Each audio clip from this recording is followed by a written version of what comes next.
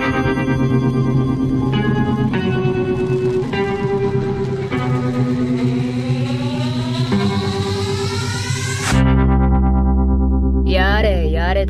bien, bonjour toutes et à tous, bienvenue dans ce nouveau numéro de Green Dolphin, bienvenue dans l'épisode de conclusion de fin de saison de hiver 2026. Je suis en compagnie de Cédric, bonjour Cédric.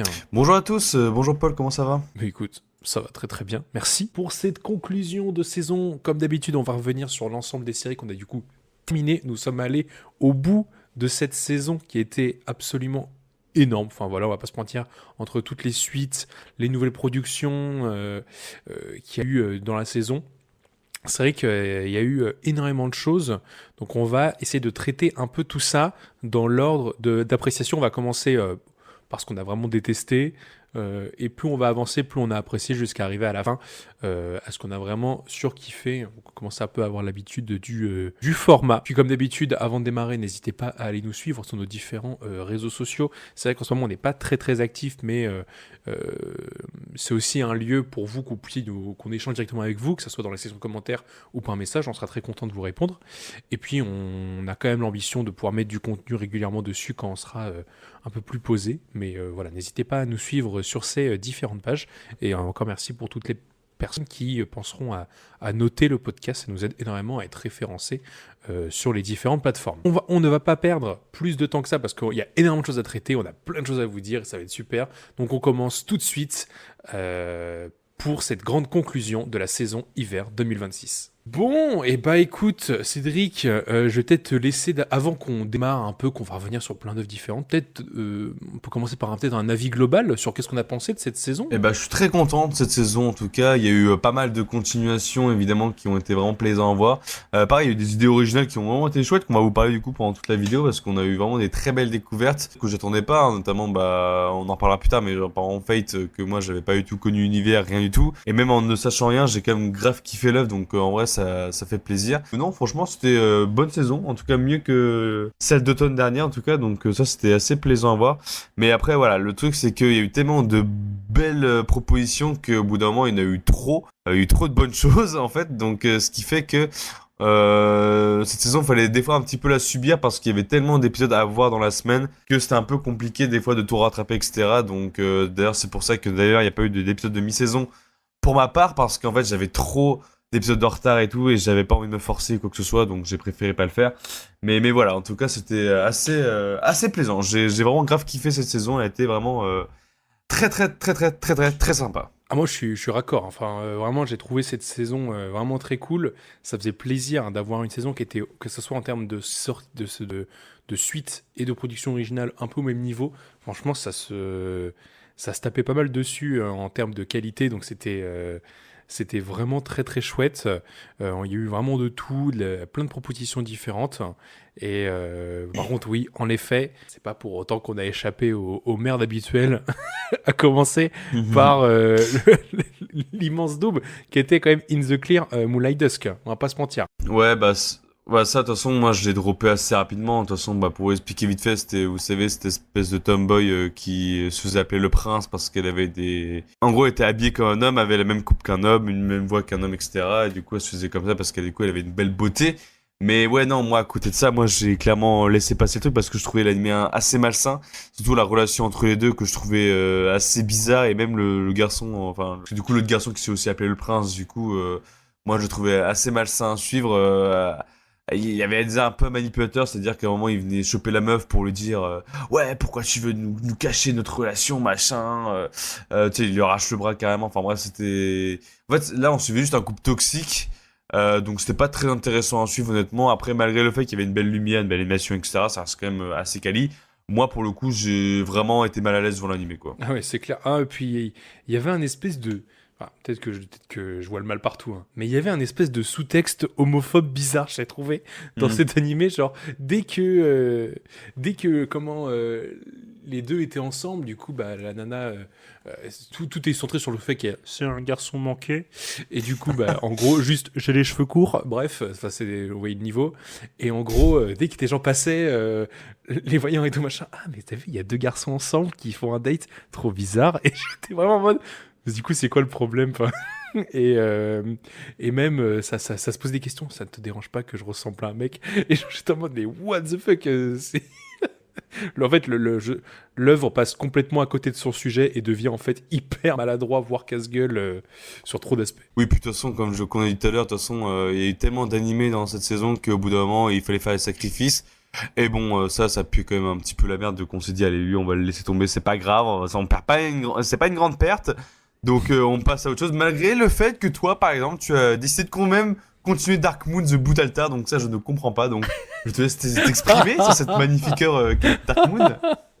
Ah là là là là, ah oui, bah bon. Darkwing, voilà, premier animé où je suis vraiment allé au bout et j'aurais peut-être pas dû. C'était vraiment pas bien. Enfin, déjà l'histoire, en fait, trop de problèmes. Déjà, trop de personnages. Déjà beaucoup trop de personnages. T'avais une héroïne entourée de genre, il y a aucune vanne. Il y a entre 10 et 15 personnages secondaires qui doivent avoir le même temps d'apparition à l'écran. Donc en fait, tu te retrouves à plein de scènes où t'as la meuf qui s'adresse toujours à des groupes de 4 ou de 5. Donc c'est horrible. En fait, du coup, les personnages n'ont aucune profondeur, n'ont pas le temps de se développer, n'ont pas le temps de nous montrer qu'est-ce qu'ils veulent nous raconter. Enfin, c'est hyper fadasse. Hein. Et puis, et encore, s'il y avait un scénario extraordinaire en sous-texte, voilà, bon. Si je le cite pas, c'est que ça méritait pas d'être cité, parce que globalement, c'est juste des histoires de on est tous des. Il y a aucune vanne. Des chevaliers qui ont un peu voyagé dans le temps et on a des pouvoirs et on veut sauver la princesse parce que le perso principal, c'est la réincarnation de la princesse. Enfin bref. Et c'est ça pendant 12 épisodes, genre. Et vraiment. Et c'est vraiment. C'est Twilight avec des super pouvoirs. T'as un clan loup-garou, un clan vampire, mais en fait, le clan loup-garou et le clan vampire vont s'unir. Il va y avoir le super loup-garou et le super vampire contre le terrible vampire méchant. Enfin bref, c'était pas bien du tout. Et donc du coup, pour moi, c'est vraiment c'est le pire animé que j'ai vu cette saison. Mais après, il se battait tout seul dans la catégorie, je pense, parce que j'ai rien vu de toute la saison. Il y avait un qui était aussi mauvais que lui, donc c'était vraiment la crotte. On va dire. Mais du coup, ça se termine comment, ça, du coup? Bah, ça se termine en mode le terrible vampire démoniaque qui est battu, et du coup, après, tout le monde, il est copain, et tout le monde, il est heureux. Et en fait, l'animé se termine exactement au même endroit où ça a commencé. Ils reviennent à l'école, et en mode, il y a des nouvelles personnes qui arrivent dans l'école. Mais t'as des pouvoirs. Enfin, bref. C'était intenable. Donc voilà, donc on va dire que c'est un peu des animés de merde, voilà, qu'on vous parlait. Et maintenant, on va parler un petit peu des déceptions qu'on a eues, notamment The Holy Grail of Eris, qui pour le coup partait d'un bon principe, en tout cas moi je trouvais, parce que je sais que toi dès le début t'avais pas trop kiffé, où en gros c'était cette personne qui se faisait exécuter et qui du coup venait hanter du coup une jeune fille pour en gros prendre son contrôle et puis du coup chercher le pourquoi du comment elle s'est fait exécuter, enfin chercher toute la conspiration et tout ça quoi. Et non, pour le coup il y avait un bon concept dès le début, mais après ça part dans tous les sens et ça n'a plus aucun sens, c'est vraiment du fourre-tout total cet animé, c'est vraiment dommage parce que j'ai vraiment pas du tout aimé comment l'animé s'est terminé ou même l'histoire que ça a voulu me raconter. C'était tellement du cafouillage tout le temps que moi perso ça m'a vraiment perdu et j'ai vraiment pas du tout aimé quoi. En plus de ça, des gens ont vraiment kiffé. Enfin, j'ai vu des retours sur Twitter ou sur les plateformes de notation en mode ah ouais, on en veut plus, ah ouais, super, hâte de la saison 2. Mais what the fuck.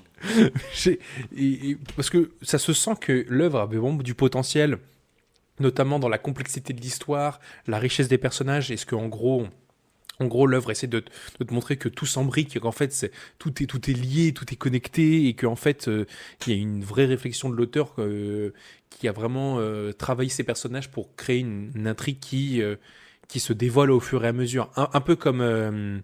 la comparaison va être insane, mais un peu comme Lord of Mysteries, oula. où l'univers se découvre au fur et à mesure, où tous les personnages sont liés de près ou de loin à cette affaire. Mais bon, là voilà, là il n'y a ni la qualité de production dans la série, ni la richesse d'écriture des personnages. Mais c'est ce que j'ai vu aussi sur la site de notation, c'est que des gens disaient qu'apparemment le manga il est clairement supérieur et clairement plus intéressant. Parce que là, apparemment, l'animé, ils l'ont clairement charcuté. Et non, apparemment, le manga, pardon, il est vraiment, vraiment très, très bien, quoi. Mais ça se sent, ouais. Ça se sent qu'il y a du potentiel, mais que, ouais, il s'est passé un truc dans la prod, ouais. Comme, par exemple, Noble Réincarnation ou Kunon the Sorcerer Kenshi, comme on avait parlé au début de saison, que, pareil, même truc, hein, c'est un bon concept à la base, mais qui s'est totalement fait, mais niquer la gueule par la suite, notamment, Kunon the Sorcerer Kenshi, moi, j'ai droppé.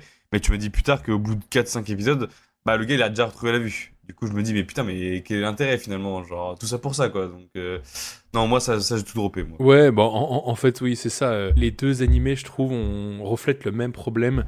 Ils ont tous les deux vendu un concept. D'un côté, Kunon, avec genre le fait de ne pas d'être un mage aveugle, et donc comment dans un monde de magie t'évolues quand t'es handicapé.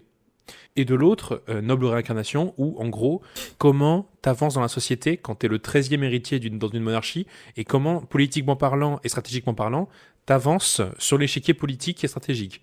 Donc du coup, on a deux concepts qui pouvaient être intéressants à nous montrer et un peu nous divertir, quoi. Sauf qu'en fait, les deux œuvres ont cassé leur délire très vite, parce que voilà, comme t'as dit, Kunon épisode 5 ou 6, Kunon va en fait trouver finalement le sort pour voir. Donc en fait, ça devient juste un animé de magie d'un mec qui va à l'école. Et de l'autre côté, Noble Réincarnation, bah en fait, il n'y a pas de stratégie politique, tout est hyper simple. Le héros principal, je pense qu'il faut faire ça. Mais oui, mais tu es un génie politique, tu es un génie stratégique. Allez hop, je te mets numéro 10 dans l'échelle de la monarchie. Allez hop, maintenant je te mets numéro 5. Et en fait, c'est juste ça. Et en fait, donc les deux ont sabré leur concept je pense, par peur de vouloir proposer quelque chose de neuf et de prendre des risques pour se conforter dans un genre déjà 1000 fois vu, 1000 fois exploité.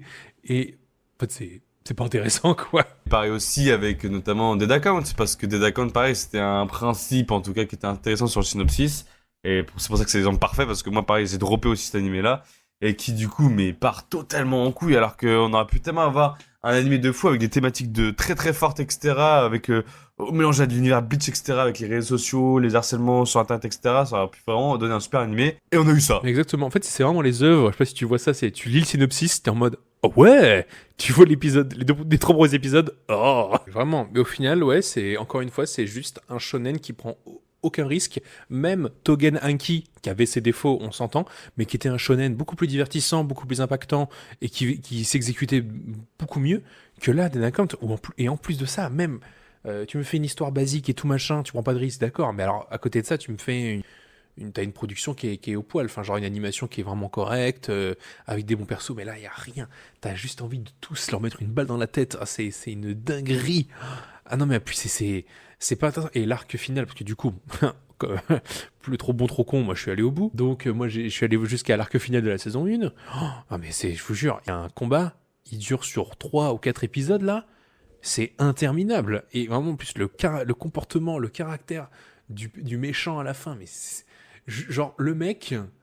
Non, mais il n'y a aucune vanne, mais c'est faux quand tu te le dis comme ça. Le mec a décidé de trahir tous ses potes pour devenir méchant parce que on lui disait pas assez qu'il était beau et du coup il est tombé amoureux de lui-même un peu en mode de mythe de narcisse mais vraiment mauvais goût quoi il est tombé amoureux de lui-même et du coup il s'est laissé suicider dans son truc, c'est devenu un dead account pour qu'il soit enfin reconnu à sa juste beauté. Non mais c'est ça la morale du méchant, c'est ça qui doit être le côté un peu tragique pour qu'ensuite à la fin les personnages principaux, parce que spoiler, il meurt à la fin, et que tous ses potes viennent le voir en mode mais nous on t'aimait bien, et là le mec vous m'aimez bien, et là il révèle et là il dit en fait je suis sympa, du coup je vais reveal un aspect du plan du grand méchant. Allez hop, nique ta mère. Je suis allé au bout parce que je voulais vraiment savoir c'est quoi le truc à la fin et qu'est-ce que vous allez nous teaser après, qu'est-ce que vous voulez raconter dans une saison 2, déjà que le sujet que vous exploitez qui est pourtant incroyable. Donc on rappelle, le concept c'est quand même qu'avec vos profils sur les réseaux sociaux vous avez des pouvoirs en lien avec ça. Il y avait tellement moyen de faire des choses, plein de trucs hyper inédites. Au final c'est hyper bateau. Moi je suis un peu énervé, du coup je fais des flammes. Tu vas jusqu'au bout et tu te dis mais attends, ils veulent faire une saison 2, il y a une suite, il y a un manga qui sort toutes les semaines genre. Alors je sais pas si franchement je sais pas si le manga a une qualité de ouf et que ça sort si régulièrement, mais ouais je crois qu'il est encore en cours et je me demande ce que ça raconte quoi. Après voilà, le manga papier a été bien différencié je pense de l'œuvre animée, mais ouais non c'était pas terrible. Alors que la saison 2 de MHA Vigilante, sympathique. De ouf, parce que bah moi Madoka Vigilante, mon rapport avec la saison 1 c'est que j'avais trouvé ça assez sympathique mais sans plus. Genre, c'était un bon rajout, un bon un bon plus à My Hero Academia, mais sans dénaturer vraiment l'œuvre, tu vois, donc c'était cool. Mais il n'y a pas vraiment ce truc encore où je me disais, là on est vraiment dans ce spin-off qui m'apporte vraiment un truc à la série originale, tu vois. Et bah, la saison 2 a réussi ça, notamment avec tout le flashback avec Aizawa et aussi un peu Yamata, où on a pu découvrir un peu comment a été fait, enfin comment a été provoquée la mort de Shirakumo, qui est du coup bah, un personnage assez central du coup dans MHA, enfin central, enfin secondaire, mais bon voilà, vous m'avez compris. Et du coup c'est là que je trouve que du coup le principe du spin-off prend tout son sens grâce à ce flashback, parce que du coup c'est un vrai ajout en plus à la série, parce que dans la série originale, genre ce flashback, on le voit pendant quoi, allez, une minute à peine, à tout casser. Et en fait, ça déjà permet de développer du coup des personnages comme Aizawa qu'on n'a pas forcément le temps de développer dans la série originale. Et du coup, en même temps, de nous montrer un point assez important dans la série My Hero Academia originale. Donc, non, pour le coup, ça reste assez sympathique. Même, bon, après, voilà, ça reste dans la même lignée que la saison 1, hein, ça reste assez sympa à voir, il y a des moments assez drôles, assez jovial, etc. Juste, bah, point négatif, je dirais que bah, le méchant, je le trouve, mais alors tout pété, genre il est vraiment nul à chier comme personnage, surtout que c'est lié à Knuckluster, hein, enfin le gars qui était dans la saison 1, là, le mec baraqué, et on le voit quoi que 10 minutes dans la série, alors que littéralement, le méchant, c'est littéralement lié à lui, quoi. Donc je ne comprends pas pourquoi ils l'ont expédié comme ça de la série, mais bon, bref. Ah puis, franchement, déception pour le méchant de la saison 2 quand même, parce que ouais, déjà la méchante de la saison 1 était pas trop mal, mais je me suis dit, bon allez, c'est le premier méchant, on imagine quoi, on imagine qu'on va passer un certain step pour la saison 2. Et ben en fait, il est plus nul que le méchant de la saison 1, parce qu'en fait, tu te dis, il va y avoir un reveal, parce qu'il a le visage masqué, on veut pas trop le montrer, etc. Tu te dis, ok, il garde un truc de ouf, un ouf, en guillemets ouf, à la fin, on aura un reveal machin. Jamais. Enfin, si, il y a un tout petit truc, tout petit machin. En fait, j'ai volé les pouvoirs d'un héros que vous connaissiez déjà.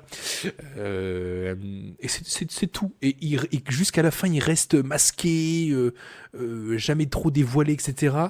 Et pourtant, il en fait des trucs. Et on dirait juste que c'est juste le fou du bus qui veut buter tout le monde. Et c'est que à la toute fin qu'on comprend qu'il y a. On se doutait depuis un moment qu'il y a quelqu'un qui est encore au-dessus dans la hiérarchie des malfaiteurs et tout machin.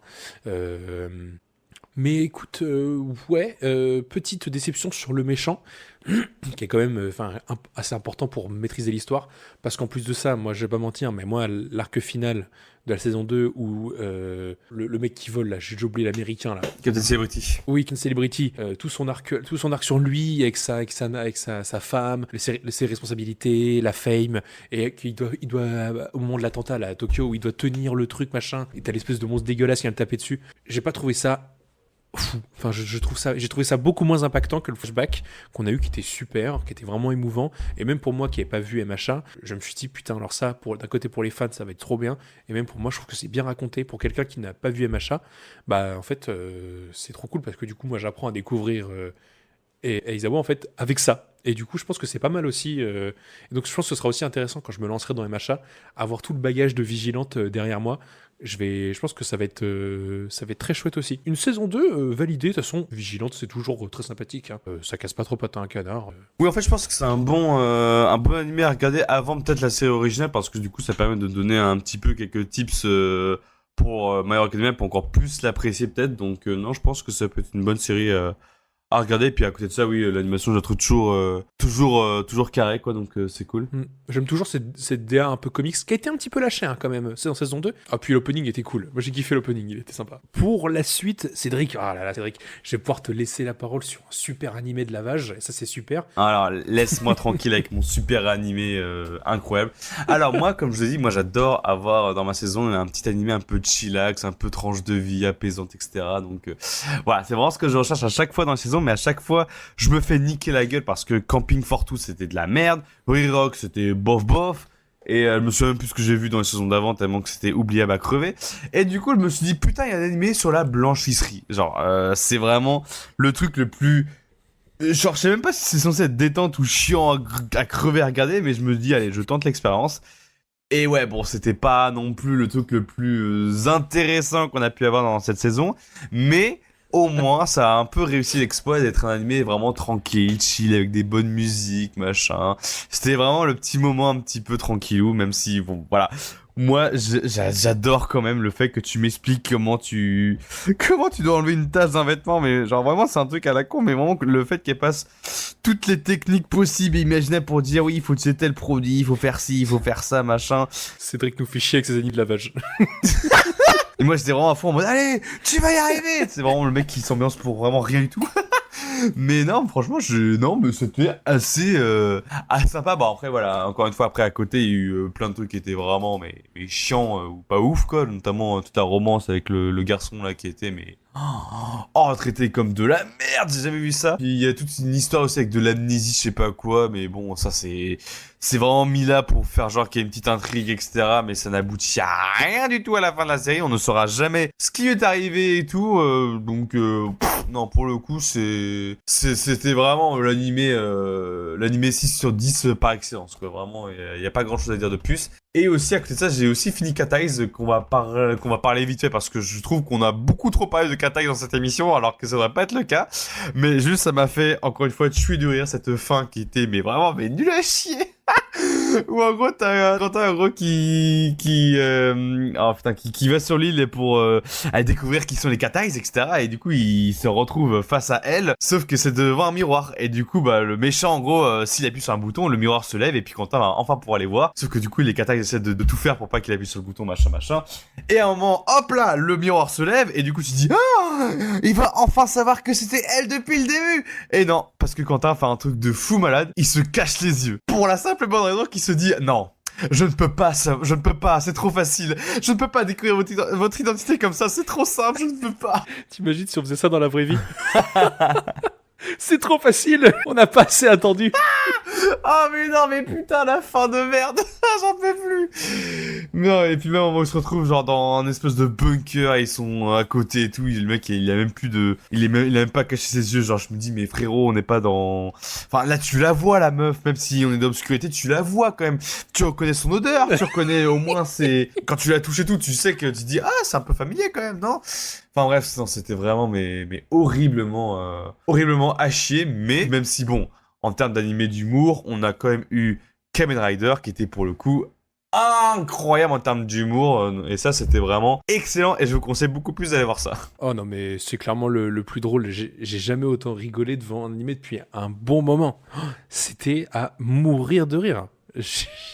Non mais tous les gags, les gueules qu'ils font, les situations complètement absurdes, très jojoesques. De toute façon, moi je continue à dire que Tojima avant de subir Kamen Rider est un héritier du style Jojo en termes de narration et d'humour. Et au-delà qu'on rigole et machin, je suis désolé, mais l'épisode final, oh là là là là, il est exceptionnel. Le combat est épique parce qu'en plus de ça, le studio s'est vraiment impliqué à faire des combats de ouf. Et quand je dis de ouf, ça transpire, genre vraiment ça transpire le style.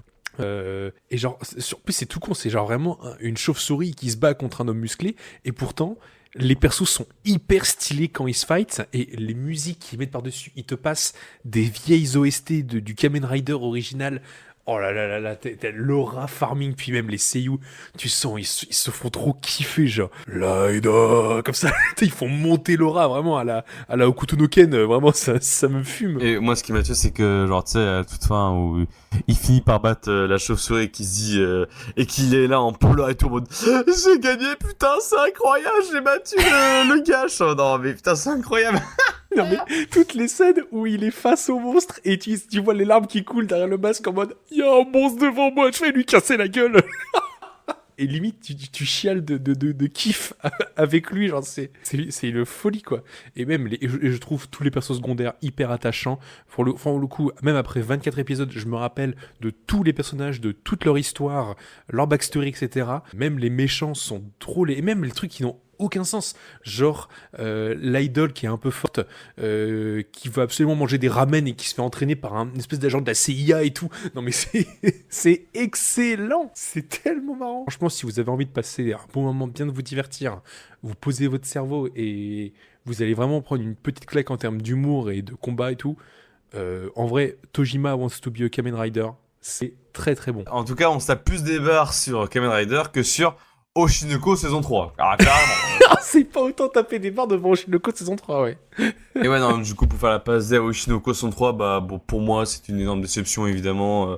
Bah, toujours, moi, Oshinoko, ça l'a jamais fait avec moi. De toute façon, moi, la saison 1, j'ai vraiment trouvé que c'était de la pure merde. Avec la saison 2, ça se rattrape un peu avec la partie théâtrale, etc. J'aime bien, etc.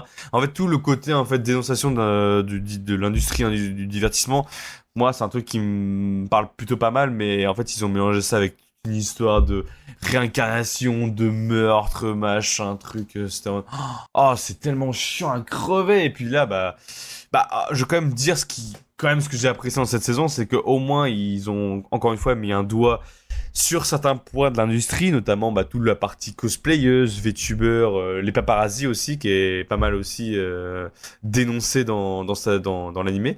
Et il y a aussi un moment qui m'a un peu touché, c'est tout le côté, la fin où la mère de Sarina, qui en gros ignore totalement sa fille et qui lui rend quasiment pas visite à l'hôpital, ça m'a brisé le cœur. Mais après, à côté de ça, mais oh là là là là là, déjà, mais putain, mais Ruby et Aqua, mais comment je les déteste, c'est horrible comment je les déteste. Ruby qui pense avoir 3 coups d'avance et veut crédibiliser son frère là, mais j'y crois, mais tellement pas, ça se sent tellement pas, il y a aucune tension, hein, c'est vraiment nul. Alors, moi, c'est vrai que je suis moins énervé contre Oshinoko. Alors, par contre, je partage le fait que la saison 1 était vraiment très naze. Moi, saison 2, j'ai vraiment apprécié tout le travail sur le théâtre, etc. En fait, cette saison 3, elle est un petit peu le symbole, je pense, que de Oshinoko, et c'est un peu ce que personne veut s'avouer, mais c'est un peu une réalité, je pense. Le contexte dans lequel se passe Oshinoko, c'est trop bien. L'industrie, la production artistique, les films, le théâtre, les castings, les émissions de télé, tout ça c'est hyper juste, je trouve. Il y a une sincérité de justesse dans le contexte que c'est. Du coup, c'est passionnant, surtout pour des gens comme nous qui sont vraiment passionnés par tout ce milieu-là. On adore quand c'est tous les process de comment ça se passe. Mais le gros point noir de Oshinoko, c'est clairement les personnages. Parce qu'en fait, ils sont complètement hors sol. En fait, ils sont dans un contexte très terre-à-terre. On veut être un peu factuel quand même sur beaucoup de choses. Et eux, on dirait qu'ils débarquent d'un autre univers. Lol, ils se sont réincarnés. Je suis désolé, moi, l'ex-copine de Aqua, Akane là, mais je la trouve insupportable, je la trouve super bête. Et puis le coup du couteau dans les fleurs, mais oh là là là là. Ah oui, oui, en fait, il y a un espèce de double truc on veut être un contexte très réaliste en même temps, tout est très romanesque avec les personnages, tout est très théâtralisé. Alors peut-être c'est un style, moi je trouve que ça marche pas du tout. Moi je trouve que le seul personnage qui se défend vraiment et je trouve le seul à avoir les pieds sur terre, c'est celle aux cheveux rouges là. C'est Kana. Kana. Oui, Kana, pour moi, c'est la seule qui est vraiment bien à suivre parce que elle se démène dans ce système pour essayer d'atteindre ses objectifs en faisant de la télé, du cinéma, en étant de l'idol. Mais elle, ce qu'elle veut vraiment faire, c'est du cinéma, montrer au monde ce qu'elle est capable de faire en termes de performance cinématographique. Et je trouve que, en fait, je me rends compte que j'aurais trop kiffé un animé entier sur ce personnage, en fait. C'est ça qui aurait été intéressant. Mais non, il fallait rendre l'œuvre un peu plus bankable, avec un isekai dedans, avec un côté SF, l'espèce de petite merde là, aux yeux noirs et aux cheveux gris qui vient emmerder à quoi toutes les 5 minutes en mode ton destin est scellé, nanana, oh putain ta gueule. Non mais ah oui, mais celle avec les corbeaux là. Ah oui, c'est elle qui apparaît avec les corbeaux qui volent au-dessus. En Big 2026, on fait des apparitions corbeaux genre. Oh, puis, et je le sens, hein, que je vais détester le nouveau personnage qui a été introduit, là, celui qui serait le coupable de... Oh non, mais... lui, je sens que je vais détester en mode espèce de manipulateur. J'adore faire du mal aux gens. Et puis, comme tu as dit, Aqua est particulièrement énervant parce que... et pour le coup, au-delà qu'il est... je suis super dark, nanana, mais en fait, il est complètement hors sol par rapport en fait, à tout ce qui se passe à côté, tout ce que l'histoire veut nous raconter. Et je pense qu'en fait... l'auteur ou l'autrice, je sais plus si c'est un gars ou une fille. C'est une autrice. L'autrice, ouais, n'a pas su prendre de décision sur qu'est-ce qu'elle voulait vraiment nous raconter dans cette histoire. Est-ce qu'elle voulait faire un isekai un peu plus dans notre monde, ou alors parler de business et de show business. En fait, je pense que ça s'est un peu perdu et elle n'a pas réussi artistiquement à trancher. Alors après, je suis personne pour Voilà, c'est juste mon avis, je suis personne pour décréter ce qu'une œuvre aurait dû être à la base, mais moi je le ressens comme ça. Ah non, pardon, my bad, c'est un auteur. Ah bah voilà, l'auteur, voilà. T'arrêteras de me... Voilà, et Cédric nous fait encore chier avec ses infos de merde. Ouais, et du coup, la saison finale a été annoncée. Je sais pas trop quand ça va sortir, mais la saison finale a été annoncée. Donc on va enfin se débarrasser de Oshinoko et ça me rend très heureux. Et puis toute la fin aussi où du coup en gros Aqua et Ruby avoue enfin le côté réincarnation et qu'en fait ils apprennent qui ils sont et après ils commencent à devenir très très trop proches et du coup ça devient même un peu malsain un petit peu au bout d'un moment. Oui, et après ça devient très bizarre en mode. Mais pourquoi vous êtes aussi collés l'un l'autre? Bah, je sais pas, on est frères et sœurs. Et quand t'as lu le manga, et on va pas spoil, hein, mais quand t'as lu le manga, t'es vraiment en mode. Maintenant on se dit qu'il reste plus qu'une saison finale à cet animé de merde là et on aura enfin fini avec Oshinoko. Et justement, en parlant de finale, parlons du grand final de Fire Force. Ouais, bah, Fire Force, trop content. Parce que depuis le temps que l'anime a commencé, c'était il y a 5-6 ans maintenant, bah, on a enfin une conclusion. Et puis pour le coup, bah, c'est quand même à ça, et il faut quand même le préciser, c'est qu'on a une bonne fin, quoi. Une bonne fin pour un animé shonen comme ça. Ça fait plaisir à voir en tout cas. Donc non, ouais, il y a eu des très bons combats à la fin. Ça fait plaisir un petit peu de voir comment... Parce que du coup, je n'étais même pas au courant de coup, comment on allait passer... comment le Fire Force et Twitter allaient être liés. Mais du coup, en fait, c'est maintenant enfin, maintenant qu'on sait comment ça se passe, c'est en mode, ah, d'accord! Non, pour le coup, non, ça a vraiment été une assez bonne fin. Même si on sent que ça va quand même un petit peu vite, je pense, parce qu'ils voulaient vraiment en terminer une bonne fois pour toutes avec Fire Force et pour potentiellement faire, du coup, Ball Run, histoire de vraiment se concentrer à fond là-dessus. Et comme ça, c'est bon, Fire Force, on a terminé, et puis on passe à autre chose, quoi. Alors, oui, on sent que c'est rushé, oui, on sent que ça n'adapte pas tout ce que le manga avait mis dedans, mais après, voilà, c'est une adaptation. Il y avait un cahier des charges à respecter, je pense, par David Productions et par le diffuseur. Voilà, moi je trouve que ça se tient aussi. J'ai kiffé aussi que ça se finisse pas en énième méga transformation combat final. Il y a une transformation finale à la fin, que ce soit pour le méchant ou pour le personnage principal, mais justement c'est le combat final est en fait c'est un dialogue, sur la vie, sur une philosophie de vie, sur le désespoir, l'espoir et la manière dont il reconstruit le monde avec sa vision à lui, etc. Comment il va régler les problèmes du monde actuel qui pour lui était un souci. Enfin voilà, c'était moi j'ai trouvé ça vraiment chouette.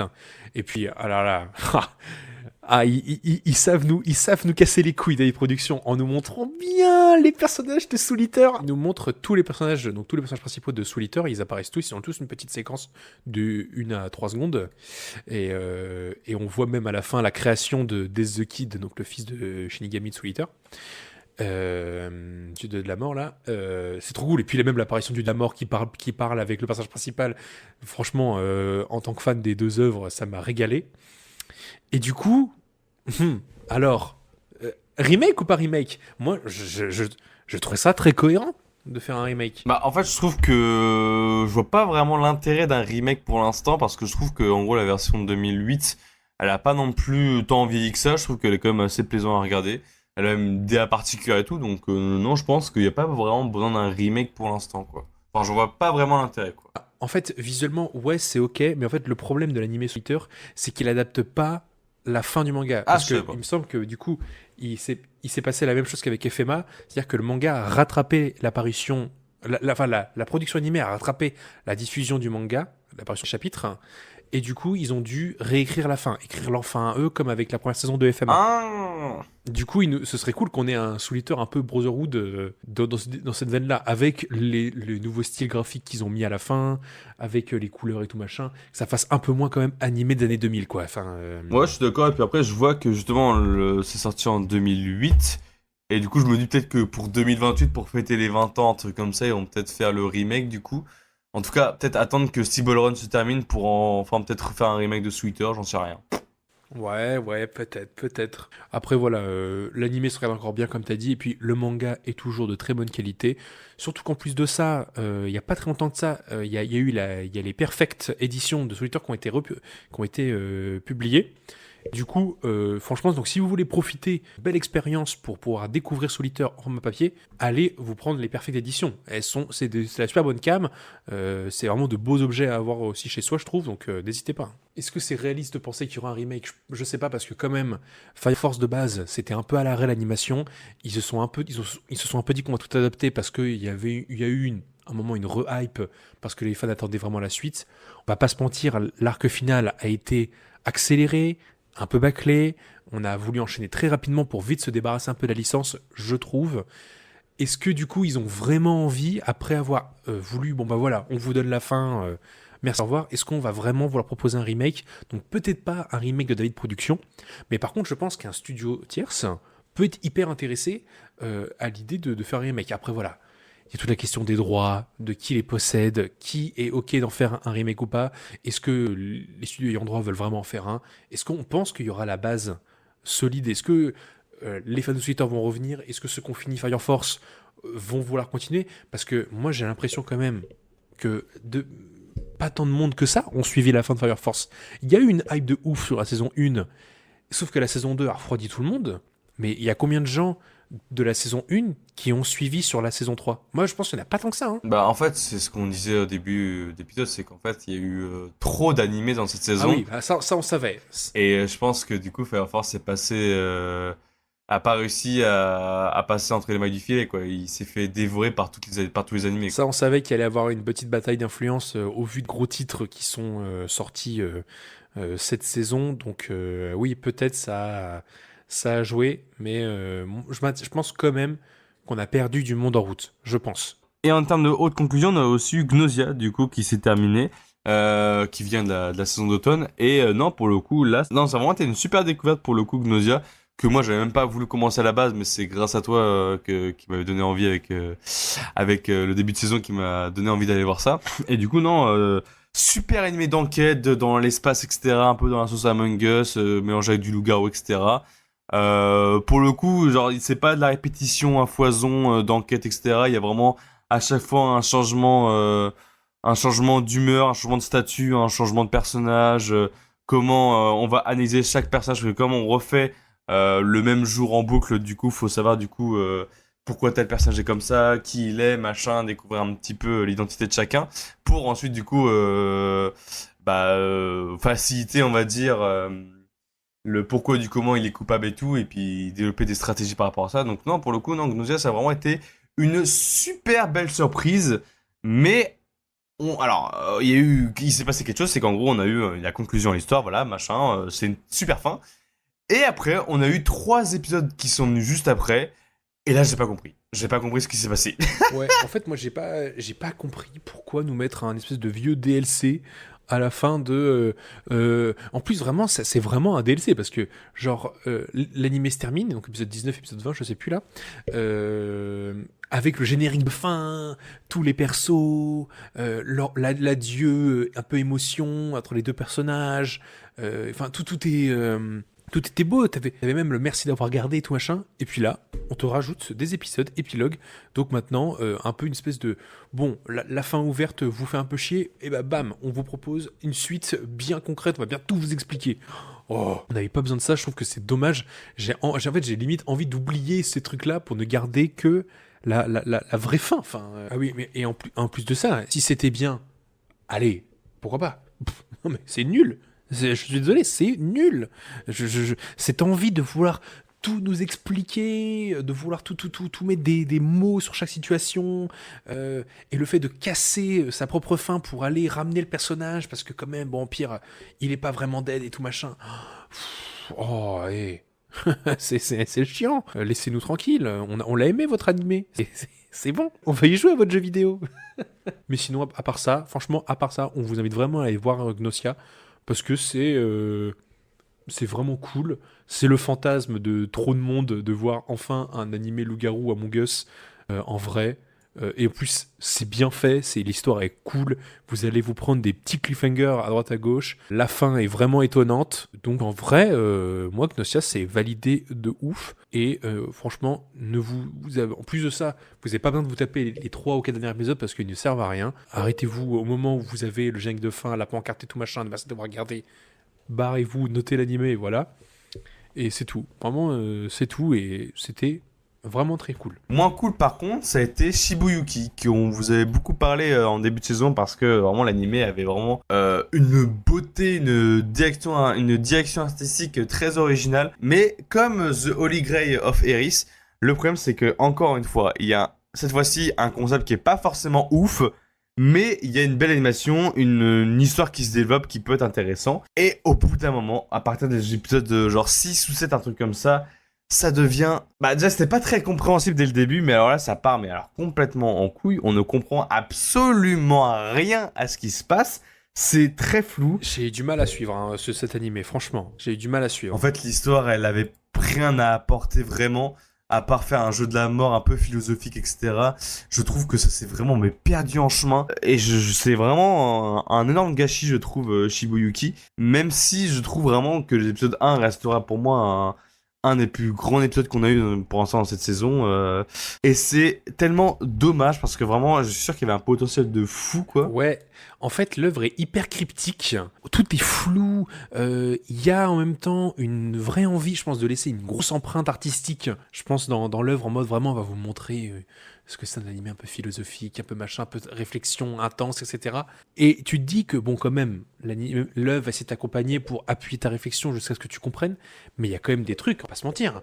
C'est moi, que perso, je trouve ça incompréhensible. Et encore aujourd'hui, je ne sais pas ce que ça veut dire. Moi, encore aujourd'hui, le découpage par les numéros, là, le 1 sur 33, etc., je n'ai pas compris, encore aujourd'hui, qu'est-ce que c'est. Alors, il y a sûrement une explication, évidemment.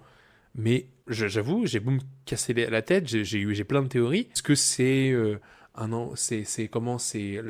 enchaînement, c'est pour signifier un enchaînement classique d'une épreuve? Est-ce que c'est pour signifier les actions réalisées, voilà. Est-ce que c'est un indicateur chronologique, temporel? Est-ce que c'est plutôt une progression? Est-ce que c'est plutôt un nombre de parties? Enfin, en fait, c'est hyper cryptique, comme j'ai pu dire. Et en fait, c'est très flou. Et il y a trop de moments où, pendant les épisodes, t'es juste là et en fait, tu lâches. Tu lâches et en fait, t'arrêtes de réfléchir et juste tu regardes ce qu'on te montre. Et ça te bombarde de flashbacks, de visions, clairement des moments de défonce. Enfin, je suis désolé, à un moment ils sont complètement drogués et ils diraient qu'ils ont juste des apparitions bizarres. Et en fait, tout se mélange, tout se mêle. Et toi, du coup, spectateur, et en fait, qu'est-ce qu'on veut me raconter? C'est quoi l'histoire? C'est quoi le but avec tout ça, quoi? Et donc à la fin, en fait, t'es tellement paumé que le combat final, tu sais même pas trop pourquoi c'est intense, parce qu'en fait, t'as ce personnage-là, la méchante entre guillemets, que tu n'as vu que dans des visions et des apparitions, qui soudainement pop dans le jeu, qui bute la sensei du personnage principal qu'on n'a jamais vu de l'œuvre et qu'on voit que vers la fin et on est censé s'attacher à elle. Tout ça dans une ambiance un peu glauque où le corps éventré de la sensei, etc. Mais en même temps, il y a une beauté parce qu'on a changé le sang en blanc, etc. Symbole de pureté en même temps. Enfin, c'est complètement barré. Donc, ouais. En fait, je pense que c'est un animé qui peut être intéressant peut-être à analyser dans sa philosophie, etc. ou ce que ça veut raconter. Je trouve en vrai, à force de regarder peut-être l'animé plusieurs fois, tu commences à comprendre certains détails d'histoire, certains points, etc. Mais moi, j'y crois pas trop. Moi, j'ai juste l'impression que c'est plus de la branlette qu'autre chose, quoi. J'ai pas l'impression que l'auteur ou l'autrice a voulu vraiment me raconter quelque chose de très philosophique ou de très particulier ou me parler d'un point de société que j'aurais peut-être pas forcément compris. J'ai un peu peur que ça soit aussi ça aussi. Hein. Non, pour le coup, et j'ai même pas forcément envie de vraiment plonger dedans pour essayer d'analyser ça. Pour le coup, non, je trouve que c'est vraiment de la perte de temps finalement, quoi. Ça m'a vraiment pas chauffé, quoi. Il y a un peu ce truc compliqué pour être compliqué. Ouais, c'est ça. Là où par contre, moi, je pense que l'épisode qui m'a le plus marqué, je pense pour beaucoup de monde, c'est vraiment l'épisode 1 que j'ai trouvé très bien. C'était artistiquement trop cherché et compréhensible, bien rythmé, surtout en 45 minutes, c'était bien fait. C'était intense, la fin elle te marque, c'est choquant, et en même temps t'as envie d'en savoir plus. Et passer en fait cet épisode-là, après les 4 suivants sont un peu dans cette lignée-là, mais arriver à la moitié de l'œuvre, qu'est-ce que c'est que ce bordel? C'est complètement what the fuck. Ça part en trip artistique complet, et en fait tu lâches complètement. Parce que tu n'arrives plus à connecter ça à quoi que ce soit. En fait, je pense que l'épisode 1 aurait dû rester au titre de spécial et aurait dû être un court-métrage finalement. En fait, en court-métrage, ça là, mais ça c'est incroyable, ça c'est un putain de chef-d'œuvre hein, si c'était un court-métrage. Hein. Mais voilà, il fallait étendre tout ça, étendre l'univers, étendre les personnages, bref. Et du coup, ça s'est totalement perdu quoi. Ouais, c'est ça. En fait, pour le style graphique, pour la recherche intellectuelle que ça a été, testez-vous là-dessus. Vous prenez pas trop la tête à tout regarder. Hein. Franchement, il y a des trucs, c'est un peu lunaire quand même. Et du coup, on enchaîne avec une œuvre. Là, cette fois, j'étais un peu le seul à regarder ça. On enchaîne avec Golden Kamuy, saison finale. Et attention, saison finale, parce que pas vraiment finale, puisque Golden Kamuy s'est dit on va faire une guide tabac, puisque cette saison était la saison finale, et il y a le very final qui va sortir plus tard. Mais du coup, qu'est-ce que j'ai pensé de cette saison finale ? Elle était incroyable, voilà, c'était super. Moi, j'ai grave kiffé Golden Kamuy, donc saison 5. Je crois pas, j'appellerai pas ça saison finale, même si elle s'appelle saison finale, mais voilà, c'était super. J'ai grave kiffé, j'ai beaucoup rigolé. On a eu les reveals de ce qu'était le fameux Golden Kamuy. J'ai l'impression que c'est One Piece, hein. Genre vraiment, on nous a bien expliqué quasiment ce qu'était le Golden Kamuy. Donc c'était vraiment cool à voir. Beaucoup de morts. Vraiment, je pensais pas qu'autant de personnages principaux allaient crever. J'avoue que à chaque épisode, j'étais en mode mais non pas lui. C'était assez intense. J'ai trouvé toute la bataille dans les tranchées et tout, dans l'espèce de temple et tout là, trop cool. C'était vraiment épique, bien gore en plus. Enfin, c'était très cool. J'ai bien rigolé aussi dans la bataille où ils sont battus dans la brasserie où du coup ils nagent dans la bière mais ils sont bourrés genre. Enfin c'était très drôle. Franchement, mais je ne peux que vous inviter à regarder Golden Kamuy. Moi je trouve cette œuvre excellente. Je sais que c'est pas pour tout le monde. J'ai déjà conseillé à des potes qui avaient commencé, qui m'ont dit que non, merci, parce que c'est un peu barré quand même, c'est un peu absurde, mais je trouve toujours cette série excellente. Et donc maintenant qu'on a quasiment on sait quasiment ce qu'est le Golden Kamuy, on sait ce qu'est le fameux trésor qui est recherché depuis l'épisode 1 quand même. Maintenant, on va savoir qui va l'obtenir en fait. On dirait vraiment que c'est One Piece quoi. Je suis trop mort de rire.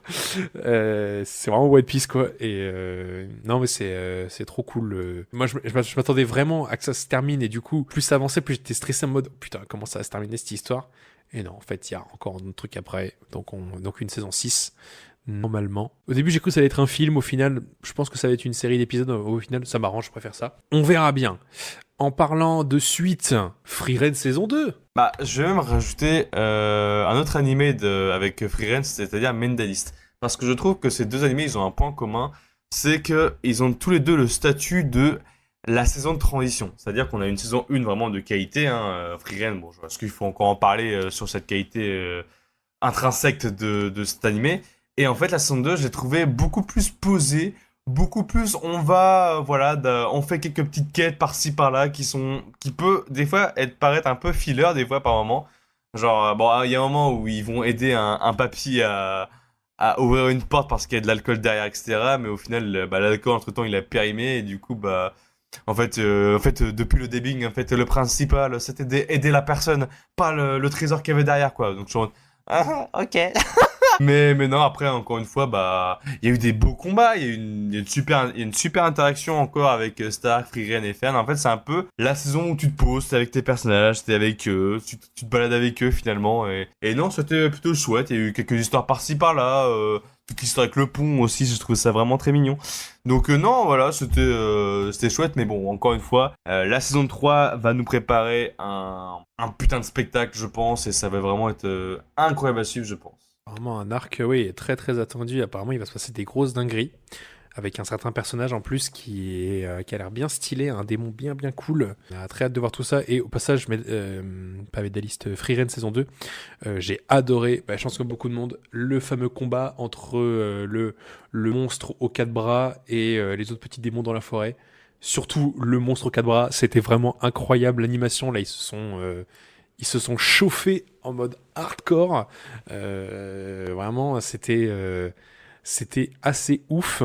Et du coup, pour parler un peu plus de Medalist saison 2, là, comme je suis d'accord avec toi aussi, Cédric, c'est vrai que ça sent la saison de transition, même si je l'ai trouvé quand même en termes de contenu plus intéressante que Frieren saison 2, parce qu'on a eu là tout le championnat régional, et c'était hyper cool. Enfin, c'était intense, encore une fois. Bah, ça a toujours été aussi efficace que la première saison.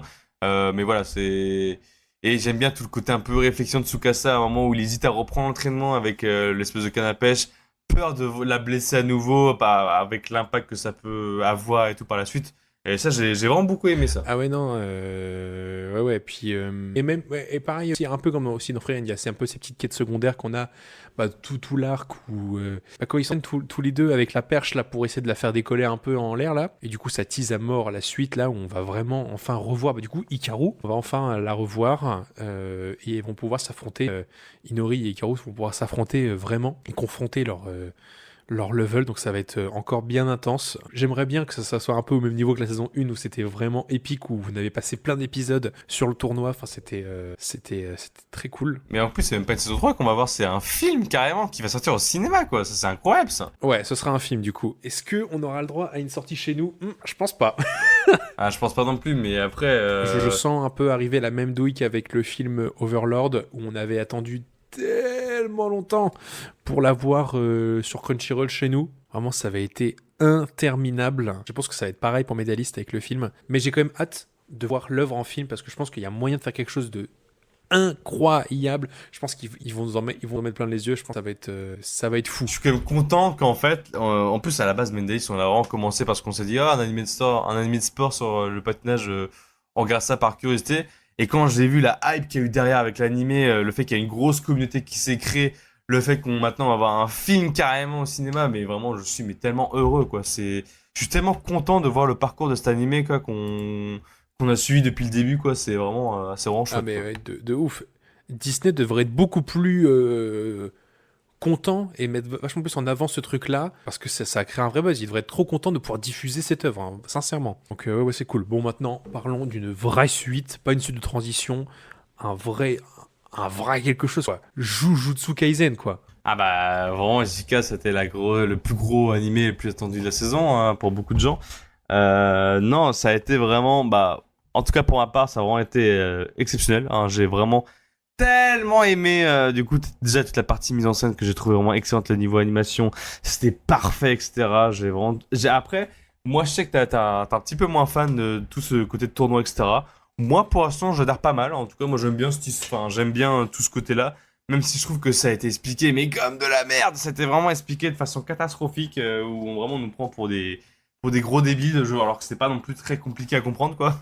Ouais, c'est vrai que moi j'ai plus de mal avec cette histoire de points et tout machin, ça fait très artificiel, j'ai du mal à en mode découvrez mon pouvoir, jeu vidéo. Enfin genre je le vois un peu comme ça et c'est vrai que c'est un peu je trouve que ça arrive un peu comme un cheveu sur la soupe après l'arc qu'on a eu avant. Ça fait très pas naturel en fait je trouve mais bon bref, passons.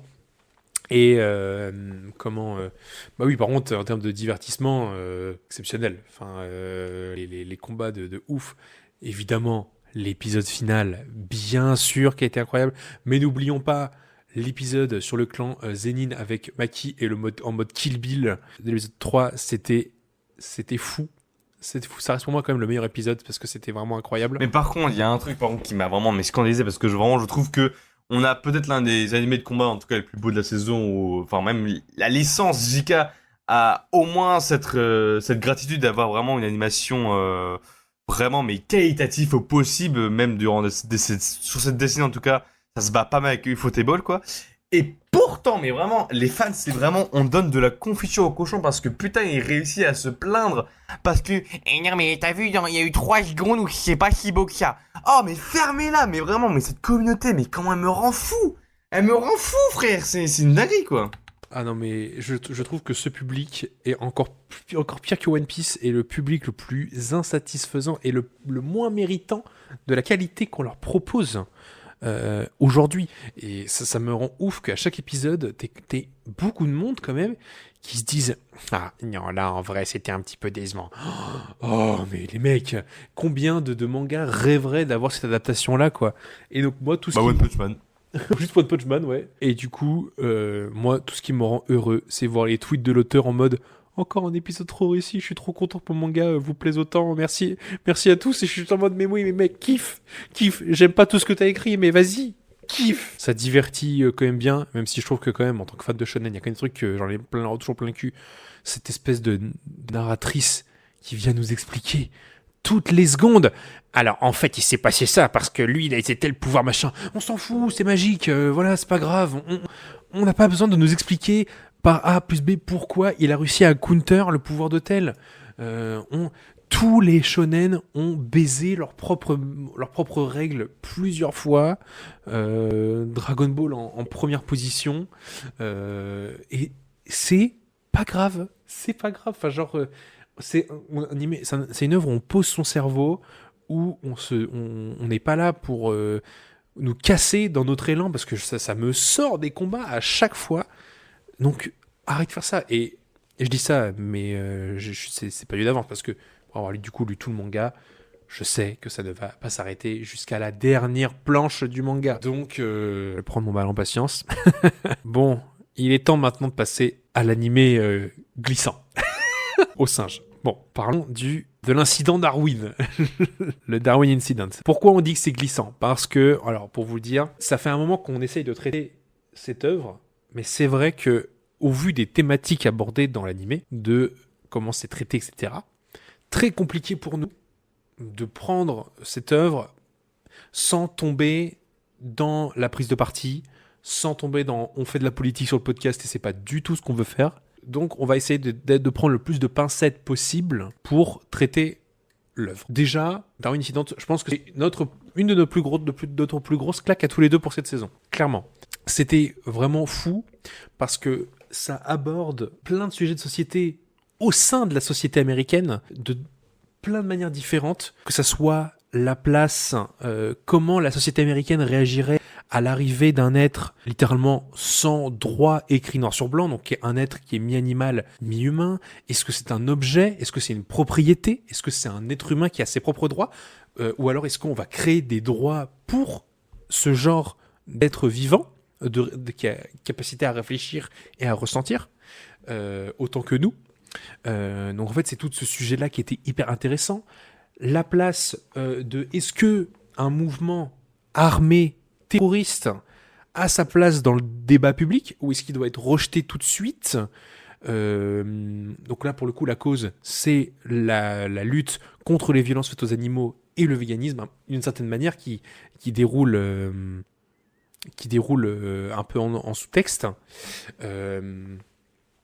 Et en fait, c'est de savoir, est-ce que, parce que un groupe terroriste mène des actions horribles au sein de la société avec des attentats à la bombe, est-ce que du coup, on doit se dédouaner des causes défendues, donc la protection animale ? Enfin, en fait, c'est tous ces débats-là que les personnages principaux se posent dans l'œuvre et qui nous, spectateurs, on va se poser aussi, parce que c'est vrai, c'est toujours des thématiques qu'on se pose tous les jours, quoi. Du coup, ça nous force, nous, à nous poser ces questions-là, donc c'est hyper intéressant, et en plus de ça, tout ce côté-là qui est hyper intéressant pour rajouter une histoire qui est très chouette. Moi, j'ai kiffé cette histoire des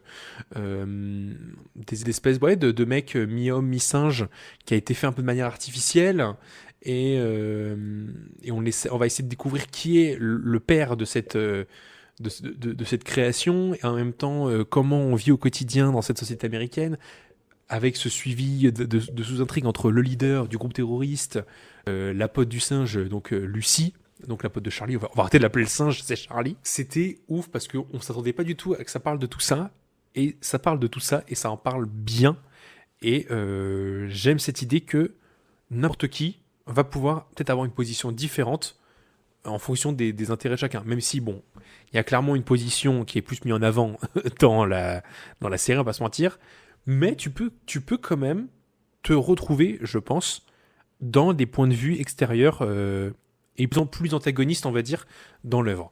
On dit pas que nous, on se retrouve dans ça, quoi, mais je pense que certaines personnes peuvent se retrouver là-dedans. Et c'était trop cool, plein de sujets, et on va pas pouvoir vous citer tous les autres sujets qui sont traités là-dessus, mais il y a aussi le sujet de la maturité, de la puberté, de l'évolution, de la socialisation, des choix politiques qu'on fait dans notre jeunesse, de la manipulation, etc. Et à côté de ça, les choix politiques et sociétaux qui sont bien ancrés dans les villes, etc. Enfin, en fait, c'était hyper riche, hyper complet. Enfin, moi, j'ai trouvé ça top, vraiment top. Je suis d'accord avec toi. De toute façon, en général, moi, de toute façon, c'est un de mes plus grands coups de cœur de cette saison. Peut-être même l'un de mes animés préférés de la saison parce que je trouve que ça aborde vraiment des sujets assez graves et très importants. Et même, tu vois, tous les méchants qu'on a eu, donc les terroristes, bah, pour le coup, ils me font vraiment beaucoup plus peur que, par exemple, un méchant qu'on peut avoir dans JK, par exemple, parce que c'est vraiment un méchant au plus proche de ce qu'on peut avoir dans la vie réelle, quoi. Et du coup, là, ça fait, bah, on se sent beaucoup plus impacté par les actes qui peut y avoir, qui sont des fois scandaleuses ou qui ne le sont pas, peu importe. Mais en tout cas, je trouve que tout le côté, je pense, véganisme ou vegan, végétarien, etc., n'a pas trop été maladroit, je pense. Je trouve que ça a quand même été bien expliqué, bien raconté. Et en plus de ça, enfin, tout le côté singe hybride dans la vraie vie, etc. C'est comment le singe est aperçu par les autres gens et tout, comment la société prend en compte cette information qu'il y a un singe hybride qui existe dans la vraie vie et qu'ils le maltraitent, qu'ils ont peur, etc. C'est vraiment quelque chose de très réaliste, je trouve, dans la réaction des personnages. Et je trouve vraiment que c'est un animé qui pour le coup, en tout cas, j'ai trouvé vraiment très crédible et assez passionnant aussi à suivre du coup à côté. Donc non, ouais, ça a vraiment été assez sympa. Il y a eu deux trois points que j'ai pas forcément apprécié, notamment bah bon la relation. Enfin, je sais pas si c'est vraiment une romance entre Charlie et Lucy, mais bon, je trouve que c'est pas nécessaire de faire une relation entre les deux. Je pense que ce serait plus malsain qu'autre chose, je trouve après, mais voilà, mais bon, bref. Et puis toute la fin avec le frère jumeau, mais oh non, c'est vraiment horrible. Et aussi, je préfère aussi prévenir, c'est que si jamais vous écoutez ça, et vous en fichez de spoiler et que vous voulez quand même aller le regarder, moi je mets quand même un trigger warning sur cet animé parce que il y a des images qui peuvent être assez choquantes à voir ou auxquelles on peut pas forcément être préparé. Et notamment, bah, je préfère le spoiler quand même un petit peu parce que c'est quand même important de le préciser. C'est qu'il y a un épisode qui se passe où il y a une tuerie de masse. C'est-à-dire il y a un élève qui débarque dans un lycée et qui va commencer à tuer bah, du coup des lycéens, etc. C'est quelque chose qui est montré très frontalement en fait. Genre c'est pas censuré ou quoi, hein, c'est vraiment extrêmement frontal. Donc c'est pour ça que je préfère vraiment mettre un grand ou un trigger warning dessus parce que je trouve que c'est un sujet qu'il faut quand même prévenir et avertir parce que forcément surtout qu'en plus il y a eu un carton de texte au début de cet épisode-là justement pour prévenir au cas où. Donc voilà, c'est à dire que l'animé enfin je sais même pas comment ils ont pu avoir l'autorisation entre guillemets de diffuser ça parce que quand même je trouve que c'est quand même un gros truc quoi. Enfin ouais, non, c'est waouh, c'est quelque chose, c'était quelque chose quoi. Oui, en fait, ouais, vous allez vraiment voir, vous allez vraiment être au cœur d'actes terroristes, comment ça se planifie et qu'est-ce qui se passe là-dedans, en fait. Et c'est pour ça que c'est un peu... Alors voilà, ça reste de l'animation, donc c'est moins... C'est plus, on va dire que c'est plus facile d'y accéder, mais quand même, c'est un peu dur quand même à certains moments. Donc, bon, en tout cas, voilà. Nous, voilà, on vous conseille quand même d'aller voir cette œuvre parce que ça vaut le détour, c'est percutant, c'est impactant. Mais voilà, quand même, petit trigger warning. Autre grosse découverte pour cette saison qui a été, à mon sens, vraiment dingue, c'est 137 To Be a Hero. Déjà, moi, en tant que gros fan de Berserk, Claymore, tous ces univers-là un peu dark fantasy, vraiment sombres, j'étais déjà dans mon univers. Déjà, je savais où je mettais les pieds et ça allait grave me faire kiffer. Et en effet, j'ai trouvé ça trop bien. Déjà, la direction artistique, du début à la fin, elle est tenue, elle ne se perd jamais, elle est assumée pleinement. Jamais le studio Kai a cherché à réduire sa qualité juste pour impressionner sur un épisode d'une heure. Au final, tous les épisodes sont trop bien. Dans chaque épisode, il va y vraiment y avoir une scène vraiment de ouf en termes d'animation. Tellement qu'à à la fin, en fait, on se rend même plus compte de ce qu'on consomme, tellement c'est fou, parce que tout est bien fait, tout est fou. Donc en fait, kiff de malade. L'histoire, trop bien. J'ai grave kiffé, j'étais à fond dedans. On en a vu beaucoup, en même temps pas trop. J'attends le mystère qui plane autour du mec qui vient leur dire, bah écoutez, on va vous punir avec la peine du héros, la sentence du héros. Très mystérieux ce personnage, bien diabolique. Il me plaît bien celui-là. J'aime l'idée aussi que les démons qu'on nous a montrés comme des grosses bêtes colorées, ignobles, moches, à la fin pouvaient s'introduire chez les humains. J'ai trouvé ça trop cool et ça va rajouter, je pense, un autre aspect, un tournant, un autre pivot dans l'histoire.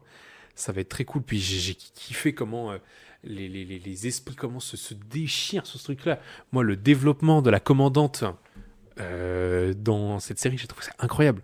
Au début, elle est là, pleine de valeurs, droit dans ses bottes. La trahison jamais. Jamais commencer à imaginer que quelqu'un pourrait fomenter quoi que ce soit. Et à la fin, elle est au cœur d'une affaire de coup d'état, manipulation. Elle est brisée mentalement. Enfin, c'était fou. Enfin, j'ai vraiment trop kiffé. Les combats, les scènes de combat, mais incroyable. Incroyable. Que ce soit les premiers ou les derniers, ils se valent tous. Celui dans la mine, j'ai grave kiffé. Celui où ils défendent le fort, où on pense que c'est perdu d'avance, incroyable. Celui à la fin où ils se battent dans la ville et tout, où t'as le mec aux cheveux bleus là, un peu là, qui se bat contre Xylo Forwats. C'était incroyable. Puis j'adore la relation de Xylo et la déesse Théorita. C'était trop chouette. Et puis j'adore, moi, tous les autres personnages qui ont eu là aussi la sentence du héros. Ils ont tous des pouvoirs que je trouvais originaux. En même temps, ils ont des comportements cool. Même le débile, celui qui parle pas, qui est juste en mode Taz, je le trouve trop bien. Il est trop cool. Je le redis ici. Et ce sera uniquement sur Grindelwald que vous aurez entendu ça. Je vous le dis, le studio Kai est, à mon sens, au vu du travail qui a été fait, le meilleur studio pour reprendre Berserk. Voilà, je le dis, je veux un Berserk dans ce style-là, avec cette qualité-là, capable de bien comprendre une direction artistique, de le faire de la bonne manière, bien exécuter les combats. Je veux ça. Pétition pour que le studio Kai soit le prochain studio qui adapte Berserk dans le bon ordre. Mais après, je viens de voir, la Studio Kai, ils ont pas fait non plus grand chose, et ils ont juste fait El Teacher que toi t'avais vu, mais du coup, je sais pas si t'avais bien aimé ou pas, ou parce que je sais que t'avais pas trop aimé, toi, je crois, El Teacher. La DA était chouette, mais bon, après, je pense que le manga est juste très chiant, et du coup, j'ai regardé la saison 1 et j'ai pas regardé la saison 2. Mais Studio Kai, qui est un studio qui est pas très vieux, en plus de ça, qui est assez récent même, qui, en plus de ça, on aura l'occasion d'en reparler, qui fait plusieurs animés de la saison qui arrive là. Mais ouais, après, sinon, juste pour revenir vite fait, moi de mon côté sur Stand to Be Hero, bah moi je suis pas le plus grand fan de Dark Fantasy sur cette planète, hein. Moi j'aime bien suivre ça de temps en temps, mais je trouve que ça part. Moi c'est pas le genre que j'apprécie le plus, mais faut avouer que Stand to Be Hero c'était vraiment assez sympa à suivre, j'ai vraiment beaucoup apprécié, notamment tout ce qui est DA, etc., toute l'histoire avec les héros, les nombreux combats qu'on a pu voir, franchement c'était top. Et encore une fois, hein, comme pour Shibuyuki, il y a eu le premier épisode qui était pour moi un immense chef-d'œuvre que je recommande au moins à aller voir pour peut-être qu'on vous donner envie de voir la série parce que je trouve que l'épisode 1 il est vraiment parfait. Et non, pour le coup, c'est un animé assez sympathique que j'ai hâte de suivre. D'ailleurs, il y a saison 2 qui a été annoncée, je sais pas si t'avais vu. Ah non, j'ai pas vu. Trop cool. Ouais, en gros, après, bon, l'affiche elle ressemble à One Piece Elbaf, hein, mais c'est ok. Mais non, pour le coup, c'était très sympa à suivre, quoi. Ah. Ouais. Tiens, j'en perds mes mots, tiens. Un bon exemple d'animé shonen, un peu seinen quand même, classique, Dark Fantasy, on en a déjà vu ça 1000 fois, mais qui s'exécute bien, qui est un super divertissement avec une bonne histoire, des bons personnages. Et en fait, juste ça permet de te créer une super œuvre. Pas vrai, Dev Account? Pas vrai, ou Bellblatt, là? Le truc de merde qu'on a regardé il y a longtemps, là? Des Account qui se demandent ce qu'il faut encore là. Hein. Il est en mode quoi? Pas encore de moi là? Ok, cool. Cool, les mecs, cool. Un peu de pub, la team. Mais ouais, donc c'était cool. Bon, allez. Maintenant, on va parler d'une œuvre qu'on a vraiment, je pense, kiffé tous les deux au même niveau. Une saison 2, encore une fois. Et une saison finale même. parce que là, je vois pas trop ce qu'on pourrait dire de plus. Mais Trigun Stargaze. Oh. Non mais encore une fois, je le dis, mais Trigun Stargaze, tous les gens qui trashent sur cet animé, mais niquez-vous, mec, c'est incroyable. Ah, mais encore une fois, les gens crachent trop dans la soupe alors que c'est vraiment exceptionnel. Mais la 3D, je la trouve vraiment exceptionnelle. Vraiment, la fluidité des mouvements des personnages, je la trouve vraiment mais parfaite, quoi. Vraiment, c'est vraiment l'animé, il est putain de beau et je trouve vraiment scandaleux que les gens crachent dans la soupe comme ça. Et sinon, bon, bref, à côté de ça, moi j'ai beaucoup aimé tout le moment entre Vache et Wolfood. Vache et Wolfood. C'est leur prénom. C'est qui ces deux-là? Jusqu'à la française, c'est à mourir de rire en fait. Vache et Wolfood, bon. C'est vrai qu'en japonais, c'est. Oh, japonais, c'est plus stylé, mais oui. J'avoue que en français, c'est pas top, quoi. Du coup, Vash et Wolfwood, moi j'ai beaucoup aimé leur développement de personnage qui est clairement différent par rapport à la version des 95 ou 96, je sais plus. Donc sur ça, je suis vraiment très content. Alors c'est pas un remake qui ne sert à rien ou qui veut apporter des choses inutiles. Là, pour le coup, c'est vraiment une refonte totale de l'histoire et qui, pour le coup, a pour moi été bien exploité, bien réécrit, etc. Et vraiment très intéressant à en suivre et vraiment j'étais très content. Et ouais non, pour le coup la 3D je la trouve vraiment mais exceptionnelle, elle est vraiment mais parfaite. Bon, à un moment il y a un combat dans l'espace qui se passe avec plein de vaisseaux et tout. Enfin tu sais en animation 2D ça pourrait vraiment être flou comme pas possible, mais là en 3D ça marche ultra bien. C'est putain de beau, c'est magnifique, il y a des épisodes où c'est vraiment des putains de chefs-d'œuvre. Donc vraiment c'est peut-être un unpopular opinion, mais vraiment, je trouve que Trigun Stargaze, c'est vraiment un des animés les plus forts de cette saison, et que je trouve que les gens ont un peu trop craché dessus pour rien, quoi. Ah mais Studio Orange, mais merci pour tout quoi. Ouais non franchement là, Trigun vraiment validé de ouf. Non mais faut en parler. La scène où ils sont dans l'espace et qui sont en mode météorite à s'écraser sur Terre et t'as Bash qui est en mode en train de lui crier dessus Knives arrête. Ah, mais mec et le mec est en mode non il faut y aller. Oh mais non mais les émotions sont folles. Ah non mais c'est ah non, c'était ouf, j'ai kiffé toute la saison. Après, espèce de lieutenant des méchants là, moi j'aime pas trop ces personnages-là. Le marionnettiste, je m'en fous. Le musicien, je m'en fous. La gamine, je m'en fous. Les fleurs, je m'en fous. Le pack, je m'en fous. Noël, je m'en fous. Le pack, je m'en fous. Non mais le mec avec le saxo là, vraiment son épisode il était trop bien. Hein. Ah, oui, alors c'est l'exécution, cool. Mais le personnage, rien à foutre, vraiment rien à battre. Est-ce que du coup il y aura une suite? Moi je pense pas. Moi je pense que ça c'est bien comme ça. Je vois pas ce qu'on veut raconter de plus. Moi, je pense qu'il y a toujours moyen de raconter autre chose parce que du coup, on va dire qu'on a eu la réécriture de l'histoire originale. Mais maintenant tout ça c'est terminé, peut-être qu'on peut passer à une autre histoire qu'on n'a pas encore vue ou pas encore exploitée par rapport à l'univers qui maintenant on connaît plutôt pas mal. Donc je me dis, non, ça peut être intéressant de créer autre chose avec d'autres méchants, d'autres trucs comme ça, d'autres conflits politiques, etc. Donc je me dis, non, en vrai, pourquoi pas? Je me dis, ça peut, on prend. Au cas où on peut prendre, quoi. Moi je pense que c'est bon. Enfin, il y a plus rien à régler. Le problème de l'énergie est réglé. Mais c'était vraiment très cool. Et je fais juste une petite parenthèse sur le studio Orange qui a aussi publié cette saison, la partie finale de Beastars. Et je voulais juste faire un petit point aussi là-dessus parce que bah voilà, Cédric a pas regardé, il y a que moi qui a regardé. Et je voulais juste faire un point sur ça. Bon bah voilà, on a eu la conclusion de Beastars. Ah, qu'est-ce que c'est décevant. Oh là là. Ah, je vous en parle et j'ai envie de pleurer. Parce que moi, Beastars, je kiffe. J'adore Beastars. J'ai aimé la saison 1, la saison 2, la partie 1 de la saison 3. J'ai trouvé ça vraiment chouette. Oh, la partie de la saison 3. Oh là là là là. Oh, ça, on dirait que tout ce qui s'est passé avant, il s'est rien passé. On règle juste une toute petite histoire.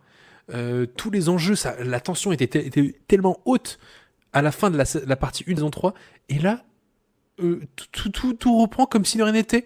Enfin, attention, je spoil un petit peu, mais à la fin de la partie 1 de saison 3, vraiment, le personnage se fait attacher à une chaise, poussé en haut d'une falaise, il tombe dans l'océan. On te laisse sur ça, t'es vraiment en mode, oh, incroyable. Le mec, juste, se dégage de là, sort de la flotte, et retourne livrer de la bouffe. Ah, faut bien bosser pour Uber Eats. Non mais, désolé, et ça repart sur ça. Et après, ça reprend des petites histoires, toute l'histoire de Beastars, avec le fameux Beastars, on n'en parle plus du tout. On fait un peu référence à ça, mais c'est poussé loin les discussions. Toute la relation avec le grand-père de comment va du perso principal, de Legoshi. Oh là là, on s'en branle. Même s'il y a un petit flashback avec la grand-mère, du coup, parce que voilà. Oh. Oh, c'est tout petit, c'est... Ah ouais non, je suis déçu, et puis même la fin de l'histoire, à la conclusion avec le grand antagoniste, j'ai trouvé ça très décevant, ça finit juste en mode flashback, voilà ce qu'ils sont devenus, merci à tous. Oh là là là, j'ai trouvé ça très décevant, très très décevant. Donc voilà, Beastars s'arrêtera sur ça. Bon, moi je vais faire comme si ça n'avait pas existé et que les gauchis est mort. Non, je rigole. Ça aurait été une belle œuvre. J'ai kiffé, on va dire les 2,5 saisons alors. Et bon, ce sera on va dire un énième manga qui a une mauvaise fin. On va dire. C'est triste, mais bon. Bon, allez. On va se remonter le moral parce que là, oh putain, Hell's Paradise saison 2, oh putain, oh c'était bien ça, oh c'était bien. Non, mais Hell Paradise saison 2, c'était incroyable. Déjà que nous, la saison 1, on avait grave kiffé avec Paul. La saison 2, on l'attendait comme le Messi, quoi, limite. Et le truc, c'est qu'on n'avait pas d'informations. Et là, ça arrive 3 ans plus tard avec pas beaucoup d'infos. Du coup, on avait un peu peur. Et au final, comment c'était incroyable. Mais pas vraiment les maîtres du monde. Vraiment, ils sont tellement bons. Vraiment, en termes de combat et tout, on a vraiment été gâtés. Donc ça fait vraiment plaisir. Et puis surtout que on a eu des combats vraiment intenses, hein. Déjà tout le combat avec Gamimaru, j'en parle même pas. Il y a eu tout un moment quand le combat là qui m'a fait trop rire où il tranche un mec plus de 200 fois pour pas qu'il continue à se régénérer et tout. Du coup tu vois juste juste son coup revenir petit à petit en mode arrête. Il savait pas en finir. Et t'as même l'espèce de gros gars musclé qui est prêt à s'arracher un œil juste pour voir la vision du pouvoir, etc. Non, mais ça c'était insane, ça, pour le coup. C'était vraiment très, très drôle. Ah non, mais ça se regarde tout seul en plus, tu vois pas le temps passer, c'est un bonheur. Et surtout, moi, ce que j'aime bien aussi avec ce genre d'anime-là, c'est qu'en fait, on voit aussi qu'on s'approche un petit peu à la fin, vu le cliffhanger qu'on a eu. Donc là, parce que le manga, il est terminé depuis longtemps, hein. Là, on a que... Parce qu'en fait, le manga n'a que 127 chapitres, hein. Donc en vrai, c'est assez court. En fait, quand on s'en rend compte, elle part dingue. C'est pour ça que pour moi, la prochaine saison, c'est la dernière. Et j'ai hâte de voir du coup tout ce clash de personnages qui va arriver et tout. Ça va vraiment être vraiment très très cool. Le fait que, ouais, littéralement, il y a un troisième camp qui arrive dans la game, quoi. Enfin, genre, c'est... On dirait que je parle d'un UHC sur Mike. Mais, genre, il y a littéralement, il y a un troisième parti, en fait, qui débarque et qui a aussi ses intérêts, qui en veut autant aux monstres que à nos personnages principaux, quoi. Et ça va être trop cool. On va encore avoir des combats de fous. Bon, par contre, je pense qu'on va avoir des morts de personnages principaux, c'est évident. Déjà que j'ai failli me faire voir parce que la meuf aux feux violettes, j'ai cru qu'elle allait crever, putain. Le fait d'avoir, bon, c'est très classique, très shonen, mais le fait d'avoir réparti le groupe contre chaque éternel, etc., c'était très prévisible, mais c'était cool quand même parce qu'on a pu du coup prendre le temps de voir toutes les capacités de chacun et chacune. Mon favori, c'est vraiment Shion, là, celui qui est aveugle. Qu'est-ce que j'ai lâché ma larme, c'était trop beau. Ah, c'était trop beau, j'ai trop kiffé, c'était fou, vraiment trop bien. Et puis même, voilà, les nouveaux méchants qui arrivent, d'un côté les ninjas, et de l'autre le chef des Asaemon, le chef des Asaemon qui débarque.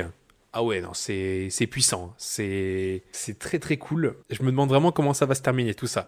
Je me demande trop qui va survivre, comment ils vont revenir après sur Terre, etc.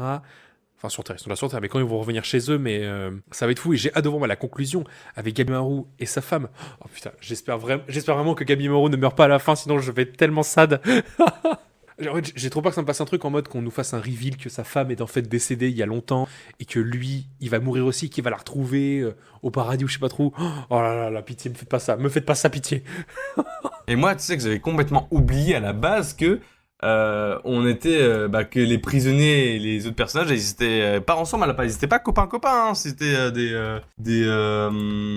Ouais, c'est leur bourreau, ouais. Oui, ça, c'était leur bourreau. Et du coup, moi, j'étais en mode, ah putain, mais oui, c'est vrai, parce que du coup, on s'est tellement attaché à un duo de personnages et tout qu'on se dise, putain, mais oui, c'est vrai qu'à la base, ils sont pas potes à la base, hein. Enfin, du coup, tu dis, waouh, c'est fou, c'est fort quand même, c'est fort. Et je trouve que c'est bien aussi parce que je trouve que les deux saisons se différencient vachement bien. La saison 1 toujours dans la jungle, très exotique, très colorée, avec le bourreau et le condamné qui essaie de survivre tant bien que mal. Il y a beaucoup de morts, etc. Et saison 2, c'est vraiment... on dépasse ce cadre de bourreau et exécuté, on est maintenant une équipe, on est des potes, et maintenant on va voir comment avec les compétences de chacun et chacune, on va faire pour sortir de cette merde. Et en fait, là, le troisième camp qui débarque, c'est un peu ceux qui essayent de retirer vers la saison 1 en mode « Non, n'oubliez pas que vous êtes des bourreaux et des condamnés. Vous n'êtes pas autre chose que ça, et c'est un peu le nouveau monde qui affronte l'ancien monde. » Et c'est très cool. Jujutsu Kaisen qui se fait chier à devoir nous expliquer à chaque fois pourquoi il se passe ça ou ça ou ça. Là, franchement, le Tao, je pense qu'ils ont baisé le concept tellement de fois, mais c'est pas grave. Ce n'est pas choquant. Je me suis pas dit, ah, non, là, c'est pas possible. Le Tao, ça marche pas comme ça, en fait. Alors, à aucun moment, je me dis ça, en fait. Et c'était, j'ai passé un trop bon moment. En tout cas, voilà. Hell's Paradise saison 2, énorme kiff. Comme d'habitude, Mappa à cook de malade. Bon, il s'agirait Mappa de donner des congés à vos animateurs. Parce que là, vous avez remis même un dossier dans la saison qui arrive avec Doro et Doro. Alors calmez-vous. Avant d'arriver sur nos animés préférés de la saison, il faut quand même qu'on parle vite fait d'un des gros événements qu'on a eu quand même, en tout cas pour une certaine communauté. Parce que moi, je viens de découvrir ça avec celui-là. Mais du coup, on a eu enfin, après du coup 3 ans d'attente, ou même plus, Fate Stranger Fake, qui du coup a été la femme, bah du coup un nouveau Fate quoi finalement, que moi j'avais jamais découvert. Et du coup, moi comme je n'avais rien découvert, j'étais pas trop, j'étais pas chaud pour commencer ça, sauf que c'est toi qui m'avais dit qu'au final, Fate Strange Fake, tu peux le commencer sans, et ça va pas non plus te perdre tant que ça. C'est vraiment l'un des plus accessibles entre grosses guillemets quoi. Et du coup, bah j'ai quand même voulu me lancer dedans, même si bon, bah forcément, moi j'ai grave kiffé, hein, Fate, c'était vraiment exceptionnel en termes d'animation, mais je pète mon crâne. Mais vraiment, c'est fou comment personne ne parle de cet animé, alors qu'il y a vraiment les meilleures séquences de combat, mieux que dans JK, mieux que dans El Paradise par moment. Enfin, vraiment, on a vraiment des combats de fou malades, tout en ayant une grande histoire avec plein de personnages et tout. Bon, après, pour être honnête, j'ai pas tout compris non plus, parce que Fate, c'est vraiment un univers extrêmement étendu et qu'il faut comprendre telle indication par rapport à tel animé ou tel manga ou tel jeu vidéo. Enfin, bref, c'est un immense bordel, Fate. Mais moi, j'ai pas boudé mon plaisir, j'ai tellement kiffé regarder ça.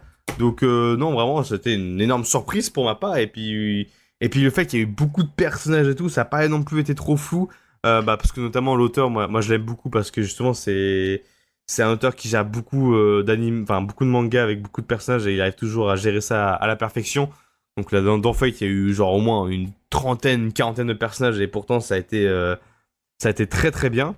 Et ça me fait tellement marrer ce concept en vrai. Genre à un moment t'as vraiment je sais même plus comment il s'appelle, le mec qui a créé les 3 mousquetaires quoi, qui arrive et qui dit, qui vient expliquer au personnage comment battre Jacques l'Éventreur. Je suis en mode mais c'est quoi ce bordel quoi, vraiment. Ça n'a aucun sens, mais j'adore tellement. Non, vraiment, Fate, c'était c'est très bizarre, mais en même temps très très plaisant à regarder quoi. Bah, en vrai, A1 qui a un peu dit, bah voilà, Mappa, vous êtes bien gentil, mais nous, on est vraiment les boss. Enfin, genre, ils ont rappelé que c'était vraiment eux les champions pour faire des trucs incroyables, parce que Solo Leveling, c'était sympa, c'était stylé et tout, mais là, c'est un autre level. Alors, je sais pas, ça fait combien de temps qu'ils bossent sur le projet Fate Strange Fake sur les épisodes, mais dingue, c'était même plus qu'à Ligue des films. Enfin, c'était moi le combat entre Hercule, enfin oui c'est Hercule, et Jack l'Éventreur. Mais what the fuck! Toutes les apparitions de Gilgamesh sont exceptionnelles. Tous les persos sont tellement stylés. Le vampire, hein, il est très charismatique, très cool. Vraiment trop cool. Même le mec, le prêtre avec son cache-œil, qui est en fait un espèce d'androïde à fond. Oh là là, exceptionnel. Alors, l'histoire, elle est ce qu'elle est, mais c'est tellement le prime du divertissement. Genre, c'est tellement. T'en prends tout le temps plein les yeux et tu dis, non, mais là, ça va s'arrêter, ça va retomber un peu. Pas du tout. À tous les épisodes, vous allez prendre une tarte. Ça m'a fait penser un peu à l'animé chinois, le Cube, tu sais, avec le cube là. C'était un peu ça, histoire un peu classique, mais chaque épisode, vous allez vous prendre une tarte de ouf, encore plus que dans l'autre truc, quoi. J'ai trouvé ça fou. Moi, en tant que fan de Fate, pour avoir vu du coup toutes les adaptations animées de Fate, enfin quasiment, j'ai pas vu les trucs de pointeur là. J'ai grave kiffé, c'est un de mes Fate du coup préférés. Animation, c'est le plus beau de tous les Fate, vraiment. Evansfield était vraiment top 1 pendant très longtemps. Là, celui-là, balayé. C'est vraiment Strange Fake qui est vraiment top 1. Et Ewan qui a mis une douche froide à Ufotable, vraiment, je chiale. Et du coup, une saison 2 de Strange Fake qui a été aussi annoncée. Donc, on va pouvoir avoir la suite du plaisir. Bon, je pense qu'on va pas l'avoir pendant un bon moment, cette saison 2, s'ils ont pas déjà travaillé avant dessus, mais en tout cas, s'il n'y a rien de fait, bon, oh là là, on pourra attendre. Hein. Mais moi, si c'est pour attendre et avoir un truc comme ça à la fin, oh, mais alors là, mais prenez tout ce que vous voulez. Hein. Mais ouais, c'était fou. Bon, Cédric, je vais te laisser la main pour démarrer, parce que du coup, quel est un peu quand même notre top 1 de la saison? Bah, moi, c'est pas au top 1. Mais... moi je vais dire top 1, mais c'est juste pour emmerder Netflix. Mais Ah, d'accord. Parce que, bah, vous le savez, mais bon, spoiler alerte, hein. Bon, voilà, notre top 1, entre guillemets, sans compter l'épisode de Civil Run, ça reste quand même Journal White Witch, qui est du coup un animé qui a été l'un de nos plus grands coups de cœur à moi et Paul, pour la simple et bonne raison que déjà, en vrai, c'est un animé qui se démarque énormément par rapport aux autres pour une seule et bonne raison, c'est que pour une fois, on a un animé qui a un début, un milieu et une fin. C'est-à-dire que il y a 12 épisodes, il y a 12 épisodes qui racontent quelque chose, qui sont pas là inutilement, ils sont pas là pour remplir quelque chose, un cahier des charges, ou tel élément, ou il faut remplir l'épisode et tout. Non, chaque seconde, chaque minute, chaque épisode compte vraiment. Et rien n'est laissé au hasard, vraiment, tout a été pensé pour l'animé. Et ça a été tellement d'une beauté à suivre parce qu'on a vraiment suivi une super histoire à côté. On parle de tout ce qui est du deuil, etc. Notamment, donc ça, c'est des sujets qui sont quand même assez importants à évoquer et puis à étendre comme histoire. Donc ça a vraiment été un animé incroyable, super bien écrit. Il y a une très belle animation avec une belle direction artistique. Et puis toute cette scène de fin avec le concert, mais oh comment j'ai chialé sa mère, c'était tellement beau. Et le fait que, sans vouloir trop en révéler, mais la toute fin, où on retrouve des années après, on est vraiment genre 10 ans après les événements de l'animé, et on a vraiment vraiment une vraie conclusion de voilà ce qui s'est passé en 10 ans, et ça va, tout va bien. C'est vraiment juste pour nous montrer que voilà comment a évolué le personnage, comment a évolué telle intrigue, et telle histoire, etc. L'impact que ça a eu et tout. Donc non, vraiment, pour le coup, ça a vraiment été un animé vraiment extraordinaire, très très beau. Et je recommande à chacun de regarder ça parce que ça a vraiment été une très belle œuvre, maîtrisée à la perfection, et ça vaut le coup d'être regardé, quoi. C'est clair. En fait, ce qui était vraiment dingue, enfin, il y a eu, en fait, un peu comme dans Darwin Incident, beaucoup de sujets traités et tout était traité avec justesse. Moi, j'ai vraiment adoré ce côté un peu choc d'éducation. C'est-à-dire que tu as ce côté, Asa, donc la fille qui a perdu ses parents, d'un milieu très cadré, beaucoup de règles, beaucoup de choses à faire, des parents avec une éducation, on va dire, très traditionnelle, face à la tante qui a une éducation beaucoup plus roue libre, qui a jamais pensé à devoir éduquer quelqu'un, qui s'est toujours dit de vivre seule, c'est très cool, un peu ours, qui aime bien un peu rester chez elle, qui prête pas beaucoup attention à son espace, parce qu'en fait, ce qui est vraiment important, c'est ça peut être son travail, mais aussi le fait de passer du temps avec ses potes, mais pas forcément elle-même. En fait, ce qui était cool, c'était de voir un personnage qui essaie de prendre soin d'elle et un autre qui n'en prend pas soin. Et en fait, c'était un espèce. Et se sont apprivoisées toutes les deux, en fait. Cette espèce de. Ouais, cette tante et cette filleule ont essayé ouais, de cette nièce, de s'apprivoiser, de se comprendre, de voir comment on allait fonctionner ensemble. Et en même temps, il y a une crise existentielle. Et en même temps, bon, elle est un peu en dépression à ça. Donc, en fait, elle a des vrais sauts d'humeur. Elle a du mal à se canaliser. Elle a du mal à comprendre les choses. Enfin, en plus de ça, les adultes se réfugient derrière des discours un peu compliqués, derrière des métaphores, derrière des concepts. Pour un enfant de 14-15 ans, c'est pas compréhensible. Quand on te demande de travailler dans ton fort intérieur, qu'est-ce que tu veux me dire dans mon fort intérieur? C'est quoi le fort intérieur? Enfin, moi je chiale tous les jours, qu'est-ce que je fais moi maintenant? C'est ça en fait l'interrogation, et c'est ça qui est hyper émouvant, parce qu'en fait t'as envie en tant que spectateur de venir secourir cette personne-là, mais t'es complètement impuissant. Et t'es autant impuissant que la tante qui ne sait pas comment faire, parce elle n'a jamais été confrontée à ça.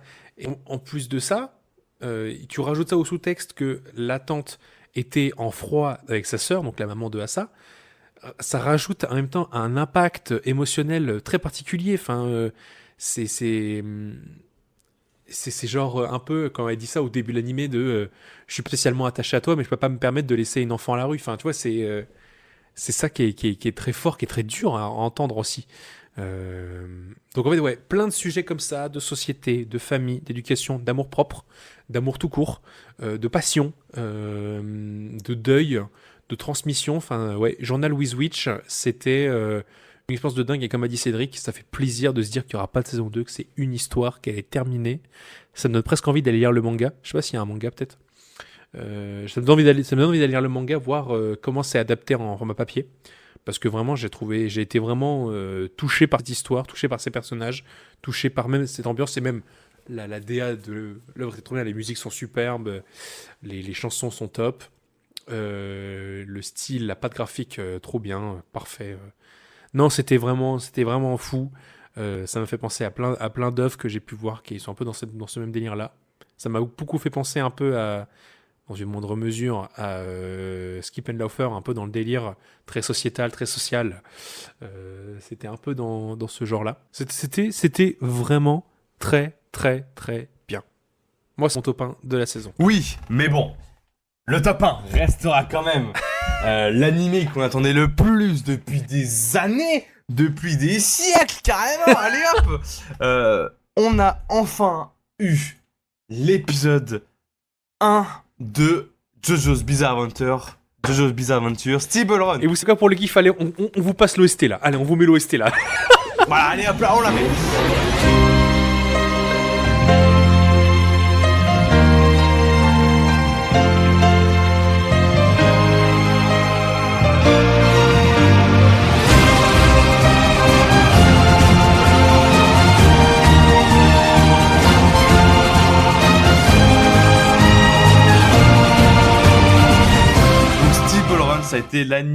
Ça a été l'adaptation la plus attendue, je pense, dans le monde de la Japanimation, parce que c'est un des mangas les plus appréciés déjà dans les parties de JoJo.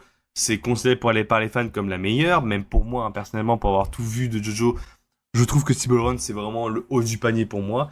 Et du coup, quand on a eu l'annonce de Netflix qui disait que Stable Run allait arriver là dans quelques mois, on était mais hypés comme jamais.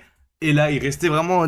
On a attendu des jours et des jours et des jours pour que ça arrive et on se dise « Putain, Stable Run, il est enfin là !» Et l'épisode 1 était tout simplement extraordinaire, mais vraiment, c'est du absolu cinéma pour moi. Ça a été vraiment parfait. Déjà, ça efface bien le passé de JoJo's, de la partie 1 à la partie 6. C'est vraiment un tout renouveau de la série. Notamment, on a une scène un petit peu explicite assez rigolo où t'as un personnage qui s'appelle...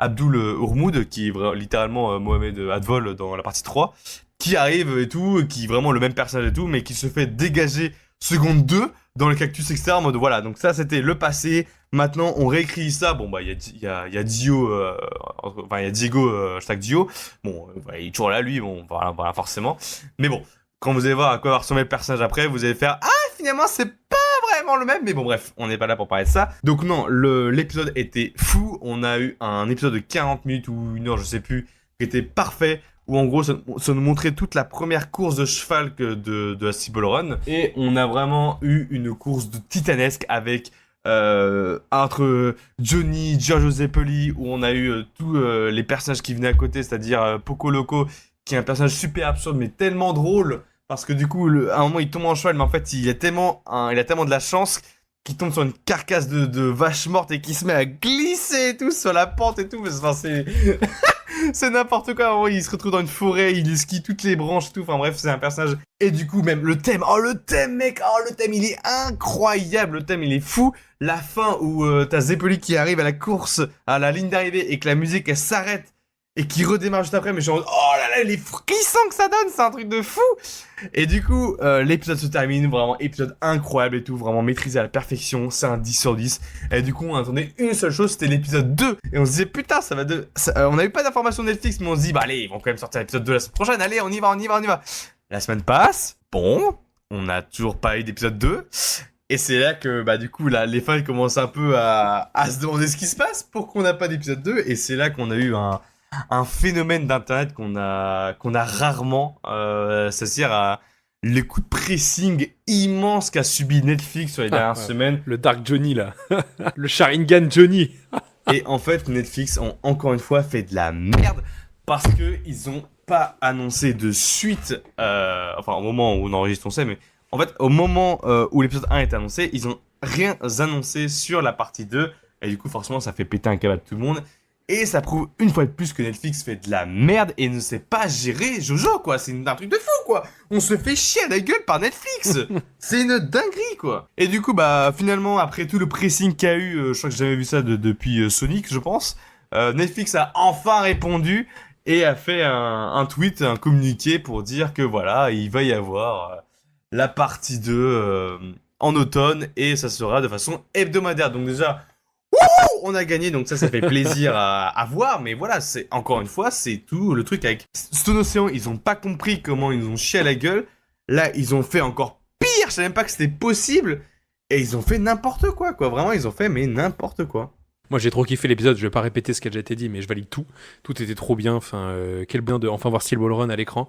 Mais pour parler un peu du sujet Netflix, bon, bah ouais, clairement, encore une fois, Netflix n'a pas assuré au niveau de sa communication, de comment ça avait été fait, de comment ils ont annoncé l'épisode 1.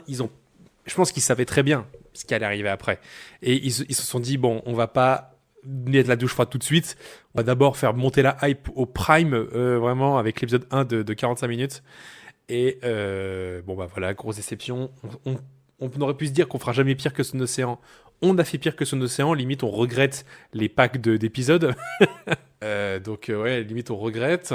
Bon, après, donc si on comprend bien, je vois un peu le délire. En fait, c'est qu'à chaque étape de la course du Steel Ball Run, on aura les épisodes qui fera, je pense, chaque stage de la course. Donc, ça veut dire qu'on va avoir du Steel Ball Run pendant longtemps. Donc, ça va être cool. Mais alors, c'est original comme mode de sortie, franchement, mais vous auriez dû communiquer sur ça bien avant. Mais donc ça suscite forcément des doutes. En mode, est-ce que ça, là, c'est pas un coup de pub fait au dernier moment pour attacher les wagons, pour faire plaisir à tout le monde Ils auraient dû être clairs tout de suite. Et s'ils avaient été clairs tout de suite que voilà, on va adapter par séquence d'épisodes chaque étape de la course, mais super, c'est là très bien, dites-le nous tout de suite et comme ça on sait à quelle sauce on est mangé et en même temps c'est original. Mais putain, ne faites pas des coups de Trafalgar, nous foutre un épisode 1 pour ensuite faire la tombe, vraiment ne rien dire, attendre qu'on vous harcèle sur tous vos posts, que ça devienne un moment majeur sur Twitter pour faire un post en mode merci pour tout le soutien que vous avez apporté à Steel Ball Run. C'était prévu depuis le départ. Nous allons vous faire des épisodes par étape de la course, enfin, en hebdomadaire. Oh, mais merci Grand Prince, quoi. Non, mais c'est. Et du coup, il y a eu la traîne de Johnny Smile qui arrivait juste après. On a aussi réveillé à la commu qui s'était arrêtée à la fin de Golden Wind, qui avait pas eu la foi de regarder Stone Ocean. Et là, avec la hype qu'il y a eu, je pense que des gens vont se remettre à. Les gens qu'on avait perdus avec Golden Wind vont revenir, mater Stone Ocean et arriver en forme pour Steel Ball Run. Je dis ça, mais parce que j'ai même par témoignage, j'ai des potes, des proches qui regardaient Jojo et qui ont arrêté après Golden Wind et qui n'avaient jamais regardé Stone Ocean parce que flemme de regarder des packs d'épisodes, je peux comprendre. Après, ce que je me dis, c'est qu'au moins, peut-être qu'ils vont se dire, ah bah. Ok, maintenant qu'il y a une grosse hype sur Steel Ball Run, je vais essayer de me rattraper tout Jojo c'est quoi, en automne? Ok, bah du coup, je vais tout rattraper Jojo jusqu'en automne, comme ça je vais suivre la hype avec tout le monde et ça va être cool, quoi. Et du coup, là, maintenant, ils sont à fond au vu de l'événement qu'il y a eu. Enfin, ça va être de la bombe et comme prévu, on va bien vous parler de Jojo Steel Ball Run pendant encore longtemps. Vous allez en bouffer du Jojo, mais franchement, nous, est-ce que ça nous dérange? Pas vraiment. Et ben écoutez, voilà, on a fait le tour de cette saison de hiver 2026. Donc voilà, comme vous avez pu le voir, c'est une saison qui nous a rendu très heureux. Énormément de kiff, quelques petites merdes quand même, comme toujours. Mais ça a été la grande majorité du kiff, du plaisir. On a adoré cette saison, il y avait énormément de choses. On a déjà démarré à côté de ça la saison qui arrive. On a déjà plein de choses à vous dire. Une saison plus axée notamment sur la nouveauté. Un peu moins de suite quand même. Donc on a très hâte de vous présenter toutes nos petites trouvailles. On vous a décoté des trucs, vous allez voir, c'est super. Donc on a hâte de produire l'épisode suivant. Comme d'habitude, n'hésitez pas à noter l'épisode, à noter même le podcast global si ça vous a plu. N'hésitez pas à nous suivre sur nos différents réseaux. Merci de nous avoir suivis sur la saison de hiver 2026. Et on a très hâte de démarrer printemps 2026 qui va être vraiment très cool aussi, je pense. Comme d'habitude, vous savez, on est encore en phase de développement artistique, donc on essaie toujours des nouveaux formats, on s'essaye à des choses, donc peut-être y avoir un peu du changement, c'est normal, mais en tout cas on est très content, c'est que vous êtes là, vous suivez les émissions, et ça nous rend très heureux. N'hésitez pas à parler l'émission aussi autour de vous, c'est aussi le bouche à oreille qui fait que des œuvres ou des émissions marchent bien, donc n'hésitez pas à en parler autour de vous, des gens qui pourraient être intéressés. Donc vraiment merci à ceux qui le feront, qui prendront le temps de le faire, et merci aussi à ceux qui écoutent, c'est déjà incroyable, donc merci à vous. On vous souhaite une belle fin de journée ou une bonne soirée, et on vous dit à très vite pour le lancement de la saison de printemps 2026. Ciao ciao. Salut tout le monde, ciao ciao.